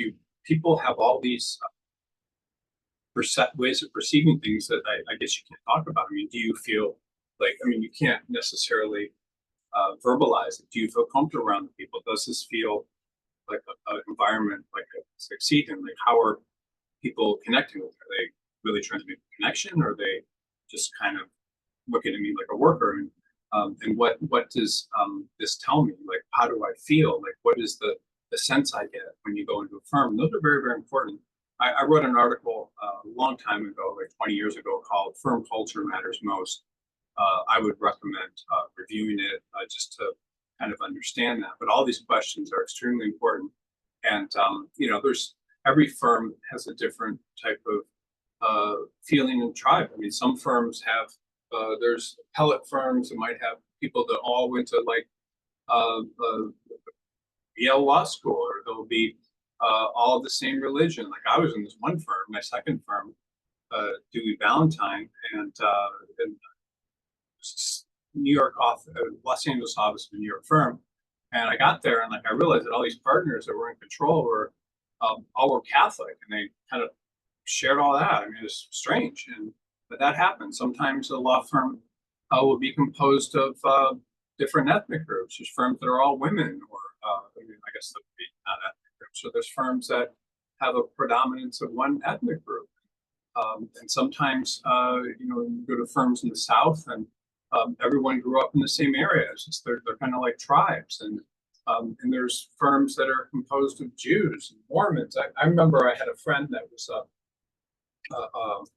a partner in a firm in Los Angeles, and they interviewed this guy, and then they met about him, and they're like, we're just kind of all these Jewish guys, and this guy wouldn't be comfortable with. And I'm not saying that Jews are discriminatory against other groups, but I'm saying that's what this firm was, and they kind of all shared that. There's other firms that are composed of like Mormons, and Mormons have a special culture where they'll go to church on Thursdays and Sundays for like 3 or 4 hours and a certain type of life. So it's just there's a lot to think about with all this, and do you feel comfortable with people? And again, some law firms are all Republicans, others are liberals. Some are people with the same law schools, top 5 law schools and things. Some are just all people that grew up in the area. So when you join a law firm of people that are like you, regardless of the size, you're going to be much happier, because you're going to share cultural or religious or whatever racial backgrounds. Or sometimes law firms are composed of people that grew up in very challenging backgrounds. And so if you just you want to be around people that are like you, and that will people are tribal. I remember I interviewed with when I was coming in on my clerkship, I was interviewing all these firms in Los Angeles, and I've told the story before. It was kind of funny. I went into this law firm, and back then, we're talking about 25 plus years ago, almost all law firms, people wore coat and tie, and then they would take their coat off at their desk, but they'd still be sitting there in a tie. And I went into this one law firm in Los Angeles, very good law firm. I mean, all the people went to top law schools, but it was a small office, maybe like 10 associates and 5 partners, or 3 partners, whatever it was. And I went into this firm, and it was one of the, and again, I came out of, I'd never been to California, and or Los Angeles, and so I was just new there. And I went into this one law firm, and again, a very good law firm. And I got in there, and all these men were wearing these, tight T-shirts and things. And one guy had, I couldn't believe it, like leather pants on, and they all had cigarettes on their desk, but like, I don't know, these kind of cigarettes that weren't like major brands. They were, I don't know what they were, and they were gay. And again, I'm not saying anything negative about people that are gay, but it was just, that's what the firm was. And I went in there, I thought I interviewed very well. And then I got a call when I got back to Detroit from the recruiting coordinator, and she just was like, you're not going to fit in here culturally, and you would be much happier somewhere else, and we really liked you. And I think it was cultural. And, again, I'm not saying that they were discriminating against anyone that's not like them. They were different for me. And so sometimes, people that aren't part of that tribe, that aren't like, that they're not comfortable with, that are different, are often going to be the first ones to go. So you will be often let go when you're not like those sort of people, because different people from different backgrounds will protect each other. It's how it works. It's always worked. Comfortable around certain types of people. And but when you join like large national firms, most of the time they're not all one tribe. They're just very diverse, and you can't often find your tribe within that firm. And so you may not be as protected. These are just kind of like large corporations, and and so without that kind of background of being in a firm where all people are the same, the amount of the bond is typically about money. You can break at any moment, and every law firm will have different tribes in it. But if you're not, someone that's like you, then it will hurt. But if you are, it can be very, very beneficial, and it can be something that will help you throughout your career. So this type of insurance of working around people that are like you, share your interest, or have the same background, are huge, because those sorts of people protect each other. And again, this is what humans have been doing for thousands of years. I mean, people used to live in these. There was a certain, before farming and things, there was a certain size group of people that would all be together and protect each other, and they had different rules. But people never grew out of like I don't know what the size is. I've read about it before, but there was never like a group of humans for more than like 70 or 80 people, because that's all that could be supported by their hunting. I don't know how it worked, but that was the largest group, and those groups were very, very cohesive. And so that's kind of in our genes, how things work. It worked for thousands. It was tens of thousands of years, probably, or whatever. How long humans have been around. They're only changed recently, like in the past several hundred years. So, so the most important questions you can ask is whether or not there's opportunity. And some law firms, will hire just different people based on their ability to generate business, and that's important. I'm not going to go into much detail about that. But in other law firms, you may find yourself working for a party that doesn't have any business and doing all your work for them, and that's very, very common. And that never leads anywhere. You need to have a partner that gives you, business. And so, these are all things you need to consider. And it's very, I commend you again for listening to this, because this sort of information can change the direction of your life. Like, are you working for someone that's going to give you the right type of work, or are you just being brought in because they have this huge case or matter, and what's going on in that environment? And are you going to be able to be part of a group of people that are going to support you? And so you need to understand these dynamics and where you're going. So sometimes, like, one of the things that I recommend to attorneys, and they never do it, they do it, maybe one of my candidates, but I'll put in like all these potential opportunities, like not just jobs, but all these firms they should apply to and try to get into, because just one of them could be like the perfect firm for their background. Instead, they just will apply to 10 firms that have jobs, or pick a few out of the giant list, and then apply to those. But what ends up happening is, and I'm just telling you how to do your own job search on your own, this could, or the recruiter myself, but this can change your life. Is if you apply to like 100 firms without openings, and you have some sort of consistency in your background, whether it's interest in politics, or your religion, which can come through in your resume, or your whatever your background. Some firms that send your resume to 100 firms, like if you have something that is unique, like in terms of the kind of person you are, they'll like be like, wow, let's bring this person in, even without an opening. It happens all the time.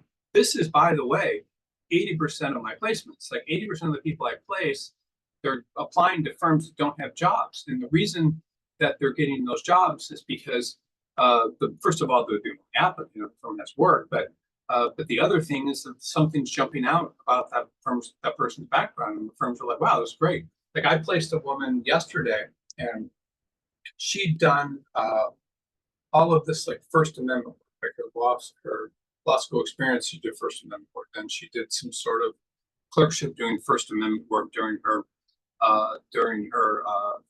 first summer of law school, and then she had jobs doing First Amendment work prior to going to law school. So she applied to this random firm. It was in Chicago.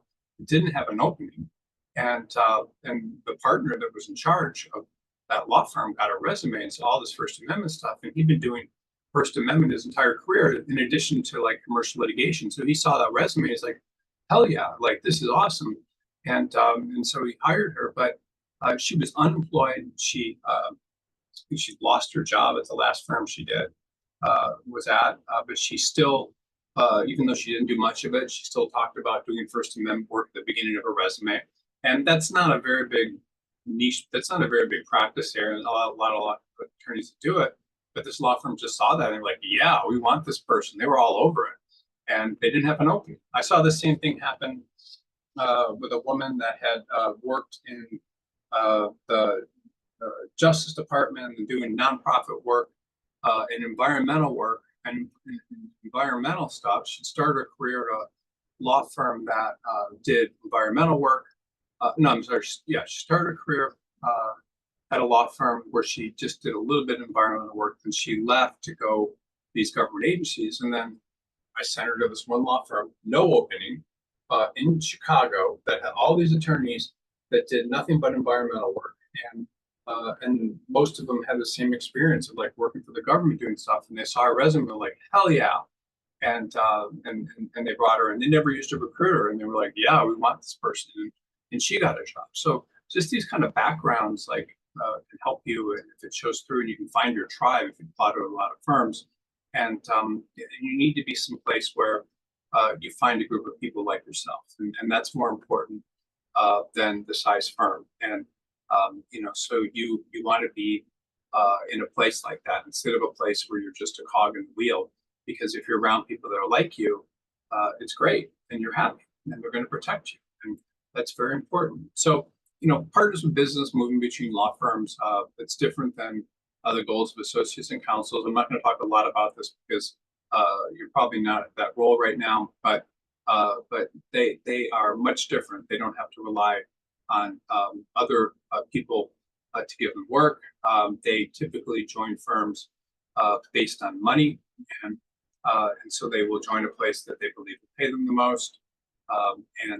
But they go through ups and downs, so they may lose business and not have business for a couple of years, or have to rebuild their book of business. And so there's issues with that too. And so sometimes we'll try to get guaranteed draws, and if they don't meet their expectations, and that slows down, they will be de-equitized or have to leave. And there's different compensation formulas that law firms use for partners, and that can change. It just can change instantly.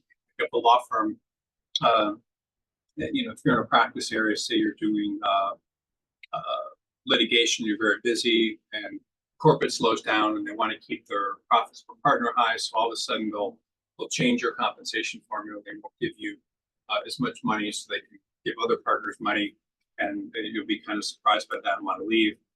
So partners with business just need to, same thing. They need to feel comfortable and like they're not going to get screwed over in these compensation formulas. I'm just telling you this for the future of when you get to this level if you're not there. So these are just things that partners need to consider. They will go to firms often and stay there when they feel like there are people supporting them. They take less compensation many times because of that. And there are firms that are just very nice places for partners. I was doing a merger-related work of a small law firm into like a very, it's pretty close, an AM law from 100, 200 law firm, and the partners who were going over there were like going to pay less money, but they were so comfortable with the climate and how they would be compensated and how entrepreneurial the firm was that they went there. And when partners move firms, they're concerned about the quality of the associates and all these different things that I'm not going to talk about too much now, but it's sort of the same thing. Partners are taking too much money from the firm that often will hurt them in the long run. So I'm not going to talk too much about this, and I'm almost done with the presentation. This information is so important, and with your partner. So just same thing, money decisions. So just to kind of conclude, I've hopefully given you enough background about what you need to do in your legal career to do well. I've given you enough background to tell you that if you're focused on money right now, it's not probably the most important thing you should be thinking about. Either as a partner or as an associate, you need to think more about long-term career viability, also long-term happiness in the practice of law, and often money is just used. It just kind of takes precedence over all sorts of other things. If you are in a small law firm right now and think you're in a bad situation because it's too small, you're not making enough money. If you're in that position and you have to look at like what's going on, am I going to have long-term career success here? Am I going to learn skills that are going to be marketable later? Am I going to be able to bring in business? Am I happy? Do I feel like there's a future for me there? And many times that's exactly what's the most important thing. So attorneys that start out in smaller firms, in smaller markets, most often will have longer careers and be happier and have better lives and happier children and all these things. And so, being in that type of environment, you need to be happy and you need to flourish. So that is pretty much the crux of this presentation. I apologize that it's gone so long, but what I want for you and what I very much want for your career is for you to be in a place where you can grow and where you're happy and where you're around people who will support you instead of the opposite. And you can do that in a large law firm, you find a large law firm, but if you're in a small law firm, you can often find that much more. I mean, I look at these small law firms all day because I'm trying to place people there, I'm getting people interviews there. And when I talk to partners in these law firms, it's like, hey, we haven't brought anybody in 3 years, but we're growing. The same people are there. Or I look at the bios of the attorneys that are at those firms, and they've been there for a long time. And just a quick story before I close. I told the story a lot of times. I tell it on a lot of webinars, like probably 30% of them, but it's an important story. So I clerked in a city called Bay City, Michigan, which is right next to a city called Midland, Michigan. And those two cities are not very large. I mean, they're probably, I don't know how many people, 100,000, whatever, between the two of them, but that's where I clerked. It's kind of in northern Michigan. And when I clerked there, there were young associates, and there was kind of there weren't many of them. There were like 10 or 12 that were like first, third, or fourth year associates and in law firms. And then there was myself, my co-clerk, part of these young associate organizations, and these associates, maybe 10 of them were all working in these little firms scattered around Midland and that sort of thing. And there are young associates there. So I was like, went to a big firm and did all this stuff, but I was like maybe 20 years out of law school. I was kind of curious, like, what's going on with people? And so I looked up the firm names that I remembered from when I was there, and to my astonishment, I found like most of them, like 8 of them or whatever, at the same law firms, and they were all partners. And one woman was the managing partner of what I thought was the most prestigious firm in Midland, and so they were all there, still practicing at the same firms, and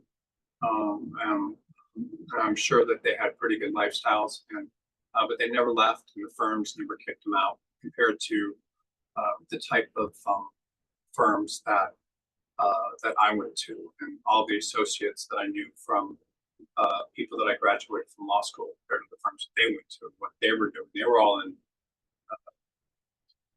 moved between large law firms, and now a lot of times we're doing different types of careers. Okay, so that's it. We'll take a quick break, just like a few minutes. And when I come back, I will answer questions. This is a live webinar. So because it's a live webinar, I will be answering your questions live. You can ask anything you want. I will stick around as long as it takes to go through all your questions. This, for me, answering questions in these webinars is, for me, is one of the most happiest times of the week, because I love answering live questions that people have, and it's very, very helpful for attorneys to law students to ask these questions, because you can ask me anything you want. You can ask me questions about this firm, I'm fired, or what do I do to break back into a law firm if I'm in the house, I'm senior, I'm an LLM, whatever question you have, I will answer. And I think it's very productive to get answers to these questions, because I've been doing this for so long. And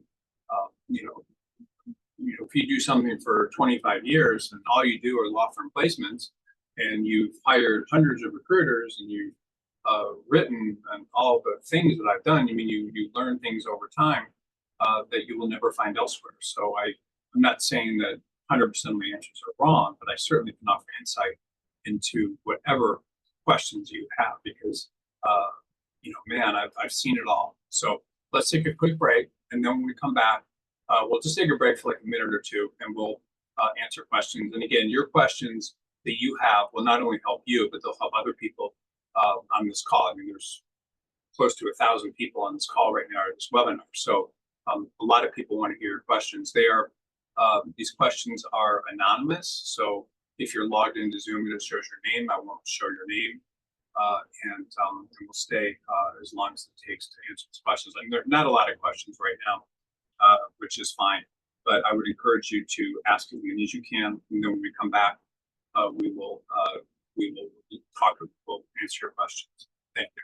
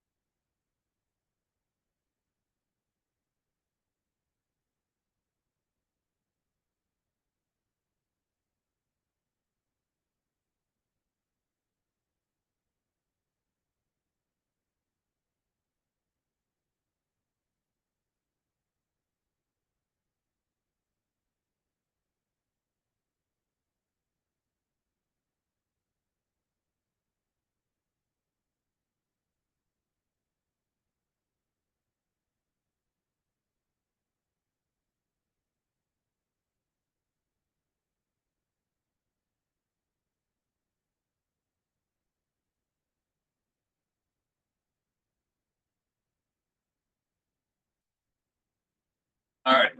Question.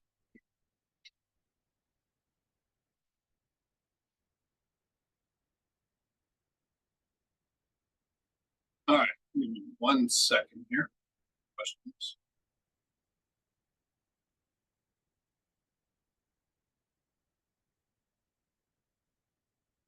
Yeah.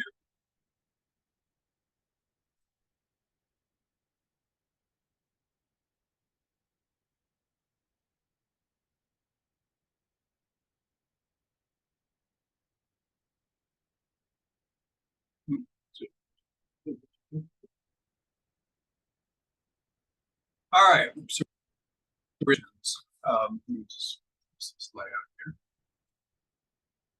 Screen.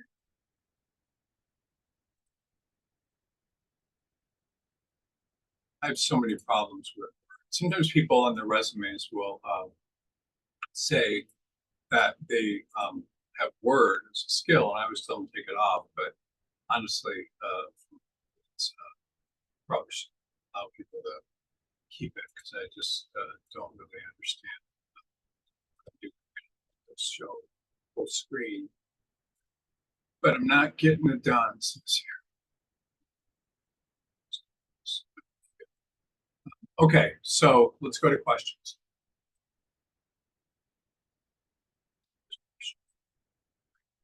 Also, one thing I wanted to say to everyone is I know a lot of people are interested in getting into large law firms and what they need to do or to get into better law firms, and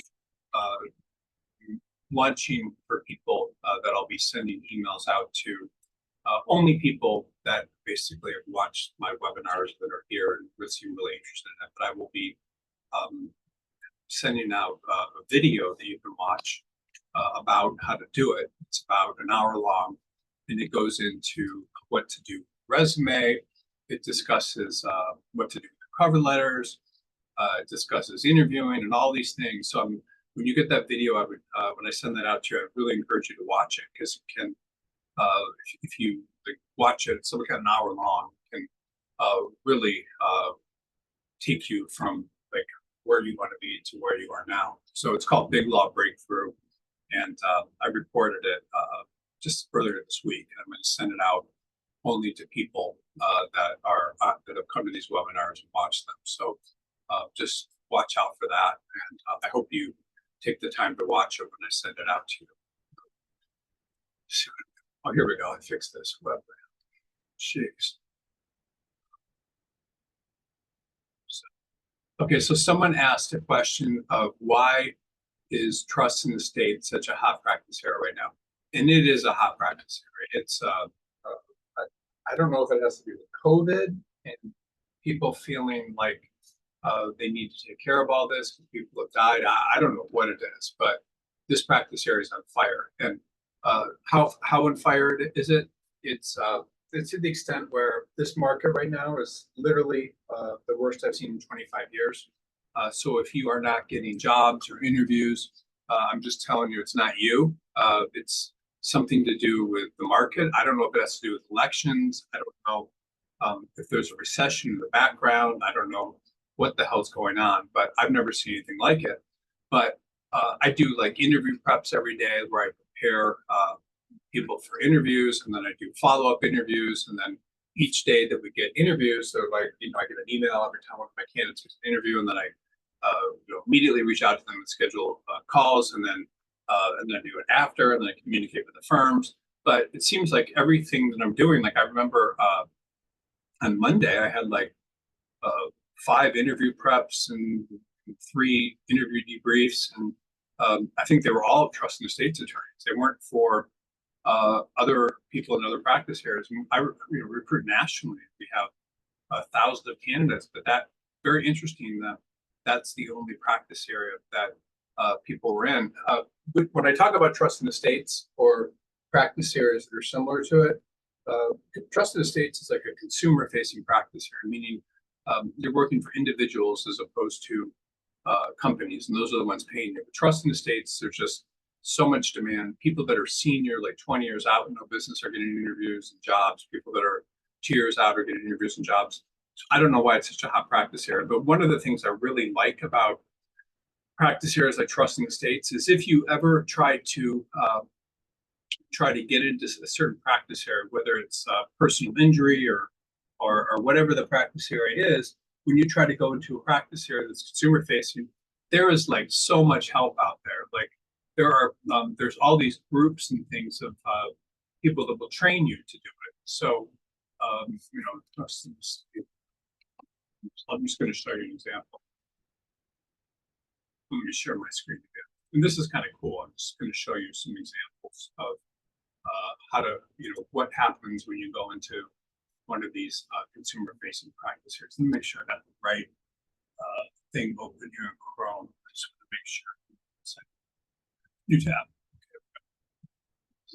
Okay, so when you, how to get business, this is kind of fun. As a trust in the states attorney. So you go here, and then let me just hear. Like, so here's like this thing called here's some things about it, but then here's some Reddit things about it. And then you have this stuff right here, like this Wealth Council that where trust and estates attorneys can all kind of congregate and learn about things, and they'll learn how they often can learn how to get business and things. They have events and all this sort of thing about practice building.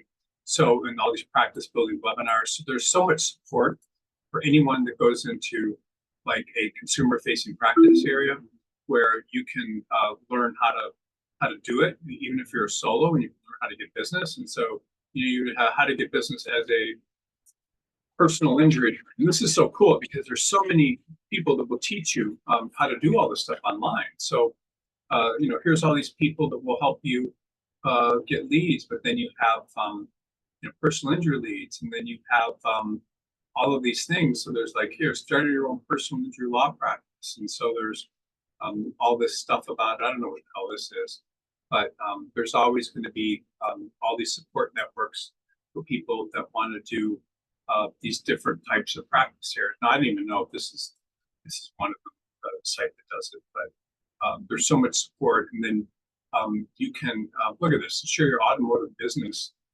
excels.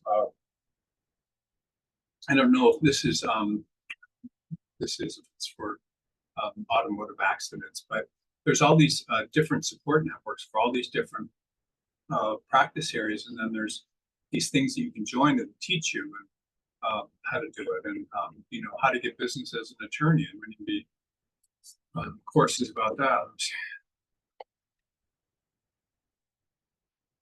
Courses and things you can. Here's an article that I wrote. But there's here, look here, how to get business as a lawyer. There's in firms we help, and so there's all these different resources and things. So if you ever want to go to a consumer-facing practice area where you're working for individuals and getting business and stuff, there's so much support out there, and people that will teach you, regardless of where the hell you went to law school. I mean, it's I'm sorry, but it's irrelevant. You can learn all of this stuff. So trust and estates is a very hot practice area right now. All these consumer-facing practice areas, personal injury, family law, are all very hot practice areas. Now, I'm just telling you that if you are not from a top law school, or if you are from a top law school working in a large law firm, people have so much success when they go into these consumer-facing practice areas compared to large ones, and they start their own firms, and they become very successful. I think I told this story last week, but I was looking for office space where I live in Malibu, and there was this woman that my fiance is friends with, and she owns this kind of office. And I went over there, and the best office was this office in back. It was a former courthouse. The person was in like this courthouse type office with this high ceilings and everything. And I was like, "Who's that?" And she's like, "Oh, this is amazing. Like, this guy graduated from Loyola Law School, and he decided he wanted to be a trust and estates attorney. And he's been in my office for like 3 or 4 years, and he just bought a $5 million house." And so, I mean, you can do very well in these consumer facing practice areas. And so it's just important to remember that if you do go into one of them, you can often do very well compared, and you're happier, and you can make more money. And again, please ask more questions if you have follow-up ones, because I'm going to try to get through all these. And there's really not a lot for whatever reason. I think attorneys are often scared of asking questions. I don't know why it is. I've seen many of my colleagues accept offers from big firms for the financial benefits, only to burn out a few years later. What are some really warning signs that I may be headed down a similar path, even if I'm financially secure right now? How do I weigh the immediate financial rewards against the long-term effects of my happiness and mental health? Are there certain types of firms or practices that are more conducive to maintaining a balance between financial success and career fulfillment? Okay, well, one thing I do want to say, and this is kind of goes against a lot of things that I've said in the webinar, but during your first 5 years of practice, when you're a new attorney, you want to get as much experience as possible, meaning you want to get the most experience, you want to get the most training.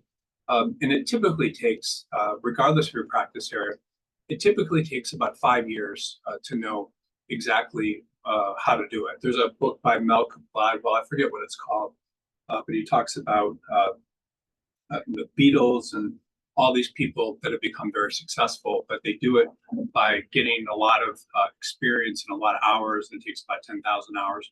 And I think it's that for the practice of law. So if you do go into a large law firm and you're working very hard, if you can stick it out for like 5 years, then think about something else. That's probably a good idea because you're going to get all this training, even if you don't necessarily like it. This training is essentially you're getting paid a lot of money to get the training.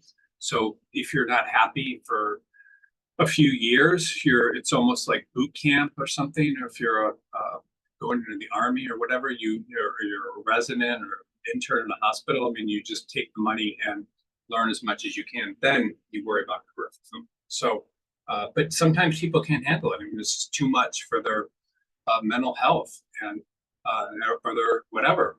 So how do you find types of firms or practices that are more conducive to maintaining a balance? Once you have about 5 years experience, you're extremely marketable to other large firms or smaller law firms. So what do I recommend? What I always recommend to my candidates, and again, most people don't do this, but you apply and try to talk to a lot of places, and you find some place that's going to do that for you. Different firms will say different things. A boutique firm will say, yes, we really value it. But a lot of times if big matters come in, they're going to need people to work a lot of hours. And so all law firms are trying to make money. So, but some law firms don't emphasize that as much. And so you have to talk to people and you have to apply to a lot of places. I recommend that people apply to as many places as they can and find the right culture, but and not just apply to jobs. When you apply to jobs, you're just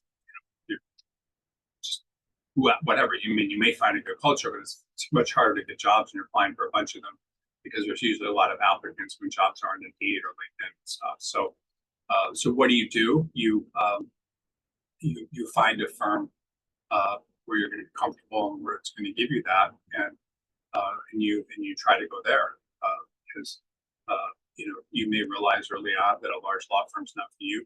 You may realize that a small law firm's not for you, and you're unhappy. So you need to switch firms, and that's what I do. Is I place people for a living, but it's very difficult to.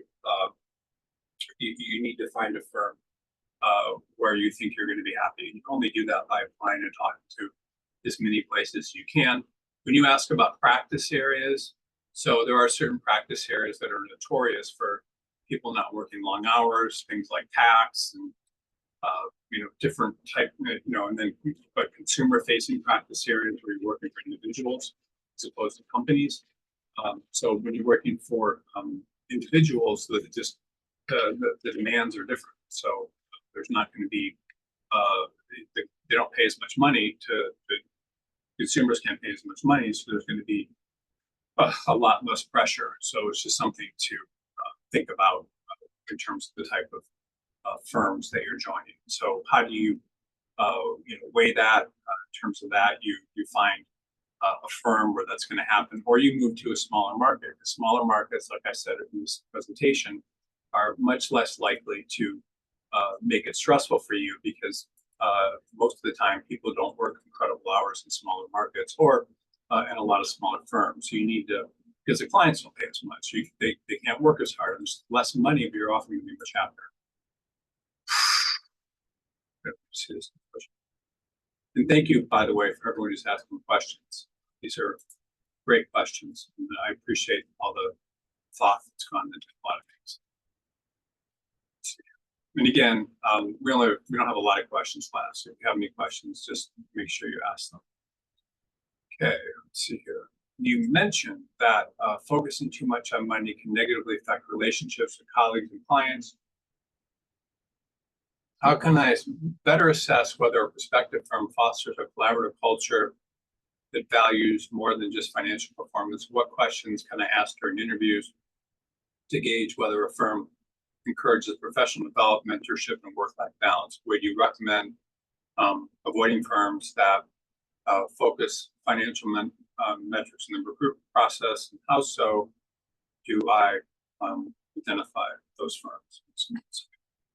Okay, so what you do is you talk to as many people as you can. So you don't uh, people that just try to get positions on interview with major law firms typically most often will find themselves in a certain position where they're always going to be uh, working for people where it's not necessarily going to be the happiest process for them. They're going to because the law firms are valuing money. So, do you value money or do you value other things?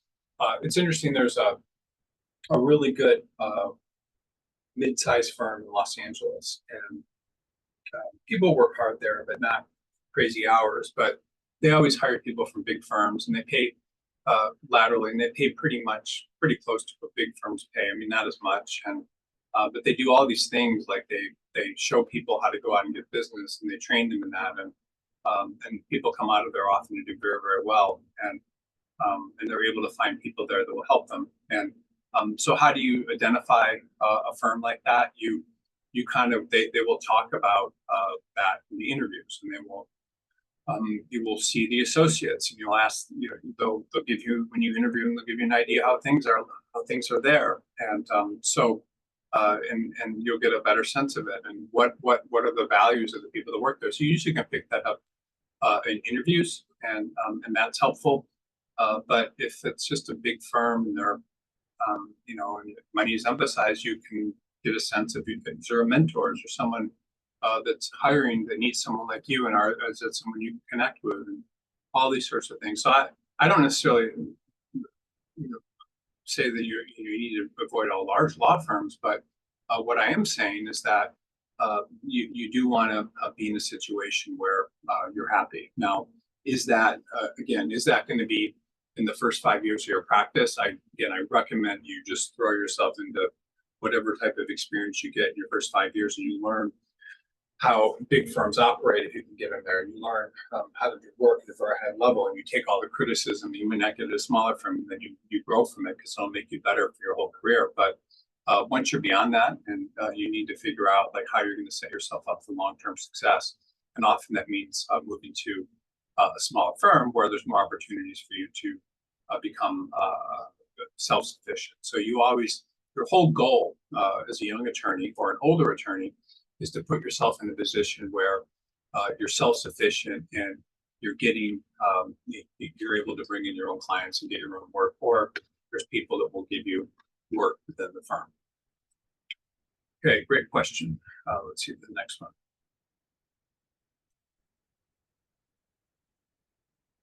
Okay, let's see the next question. That was awesome. Thank you, Harrison. Great. Thank you very much. Wish I'd seen this many years ago. What will it take for the large law firms being so short-sighted and killing promising racehorses? I know many big firms in Canada are currently hurting for young associates, and so many have realized their worth and left for greener pastures, and smaller firms are left law altogether. Hopefully enough young lawyers will stop lining up for the abuse and danger to their health, which will cause the laws of business model to crumble, and stop unaware young lawyers who are blinded by big money from getting seriously hurt. I wish all law students in law schools could see this webinar. Okay, so what do you think it will take for large law firms to stop being so short-sighted and killing off their racehorses? Well, they have no incentive to, because there's for the large law firms, at least in the United States, there's just so much demand of people that want to work in large law firms. They just will throw themselves into that because that's how they value themselves and their ego, and how they're perceived by other people. Now, Canada, different country, different values. Maybe I'm not going to say socialist, but whatever. It's a different country with different types of people, generally in the United States. So so a lot of people, probably more people do leave there maybe than the United States, but because they're not so hung up on sorts of things that U.S. attorneys are. So great question. And I don't think that it's ever going to change in large law firms because they have no incentive to change things. Okay, let's see here.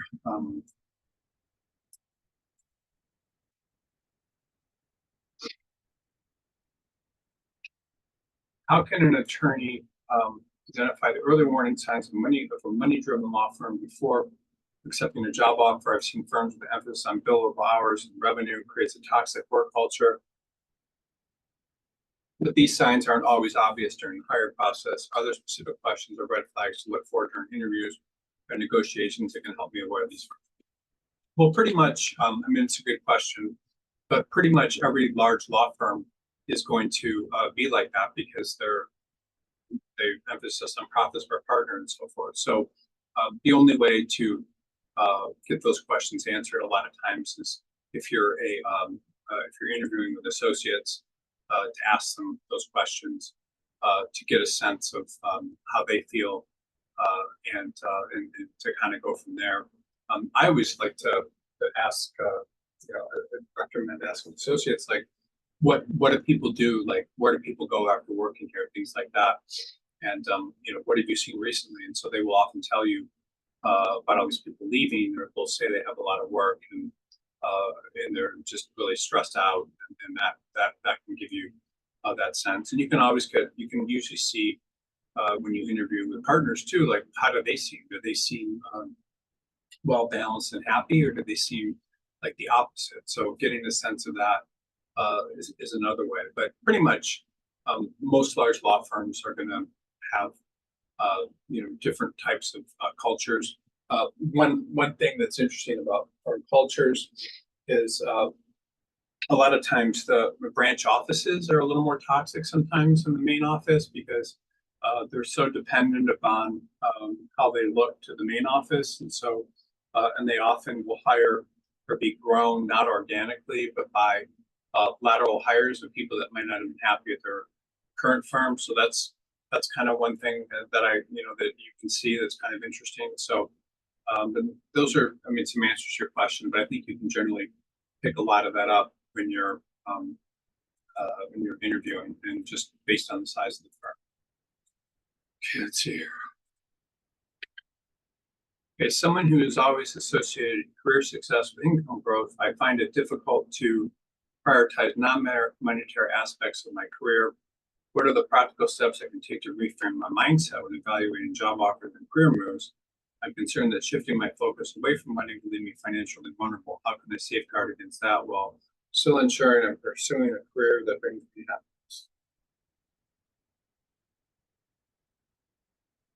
Okay, so I think the most important thing when you're evaluating moving firms, the stage of your career, is whether or not you are putting yourself into a position where you believe you will have access to work either from the partners there in the long term, or if you're a partner from other partners, or if you feel like you can advance. Because regardless of the size firm you're in, once you bring in business, which is really the priority that you should be thinking of, and I guess I searched for an article about how to bring business as an attorney, I saw the BCG article come up, which you should review. But once you get business, you're never going to be financially vulnerable. You're always going to have the ability to get paid for your work. And so a young attorney should always put themselves in a position where they believe that they're going to be bringing in business. You are very financially vulnerable in a lot of large firms because the type of clients you need to bring in to be successful are very large clients. And that leaves you financially vulnerable because you could be there for 10 years and never have a client. Whereas if you go to a smaller firm, you may have the ability to bring in clients you wouldn't have in a large law firm, just because billing rates are lower. There's going to be fewer conflicts. It's just easier. So that's what I recommend. So that's how you safeguard yourself. And the big thing that I just want to leave everyone at this point is when you're an associate, wherever you are in your career, you need to be able to learn how to bring in business. And again, there's all sorts of courses and things online to teach you how to do that. But I really recommend that you learn that skill, because if you learn that skill, you're always going to have a career. Meaning you can bring in business when you're 30 and suddenly have a lot of financial security, and that really is the most important thing you need to do. I remember when I uh, I moved firms from Quinn Emanuel to this firm called Dewey Valentine. And one of the main reasons I moved is because this Quinn Emanuel firm had so much work. I mean, just incredible amounts of associates that I felt I was in a position where just my hours would be the only thing that would make me partner, which is true. Whereas if I went to another firm, I would have the ability to bring in business, and I was right. So I was there for a year, and I got very lucky because it was during the time when there was this huge .com boom, which if you're young, you may not even be familiar with it, but in 1998 to about early 2001, there was so much demand for uh, attorneys in the market, and there was so much growth happening in Silicon Valley and San Francisco that I had a friend that had started a business in San Francisco, and I was his lawyer, and then he started referring me all these clients and people that he knew. So all of a sudden, I was 2 years into practice in law firms, and I had a book of business that was like $250,000, which back then was probably like 500 or 600,000 now. So I knew that I had security, and I knew that I could always go to another firm and have that work. And I knew that if I lost my job, I could still do work for those clients because they were hiring me individually. So, that's why I moved to get career security. So, working for those clients, which I decided I didn't want to practice law and I wanted to do what I'm doing now, but having to work for those clients prevented me from being financially vulnerable. Okay, one last question, and then if anyone doesn't have any questions, we're all done. Let's see here. Next question. You mentioned that trust in estates is growing practice here. What about trust litigation? I don't see as much trust litigation. I see people that are trust estates attorneys also doing trust litigation. That's very common.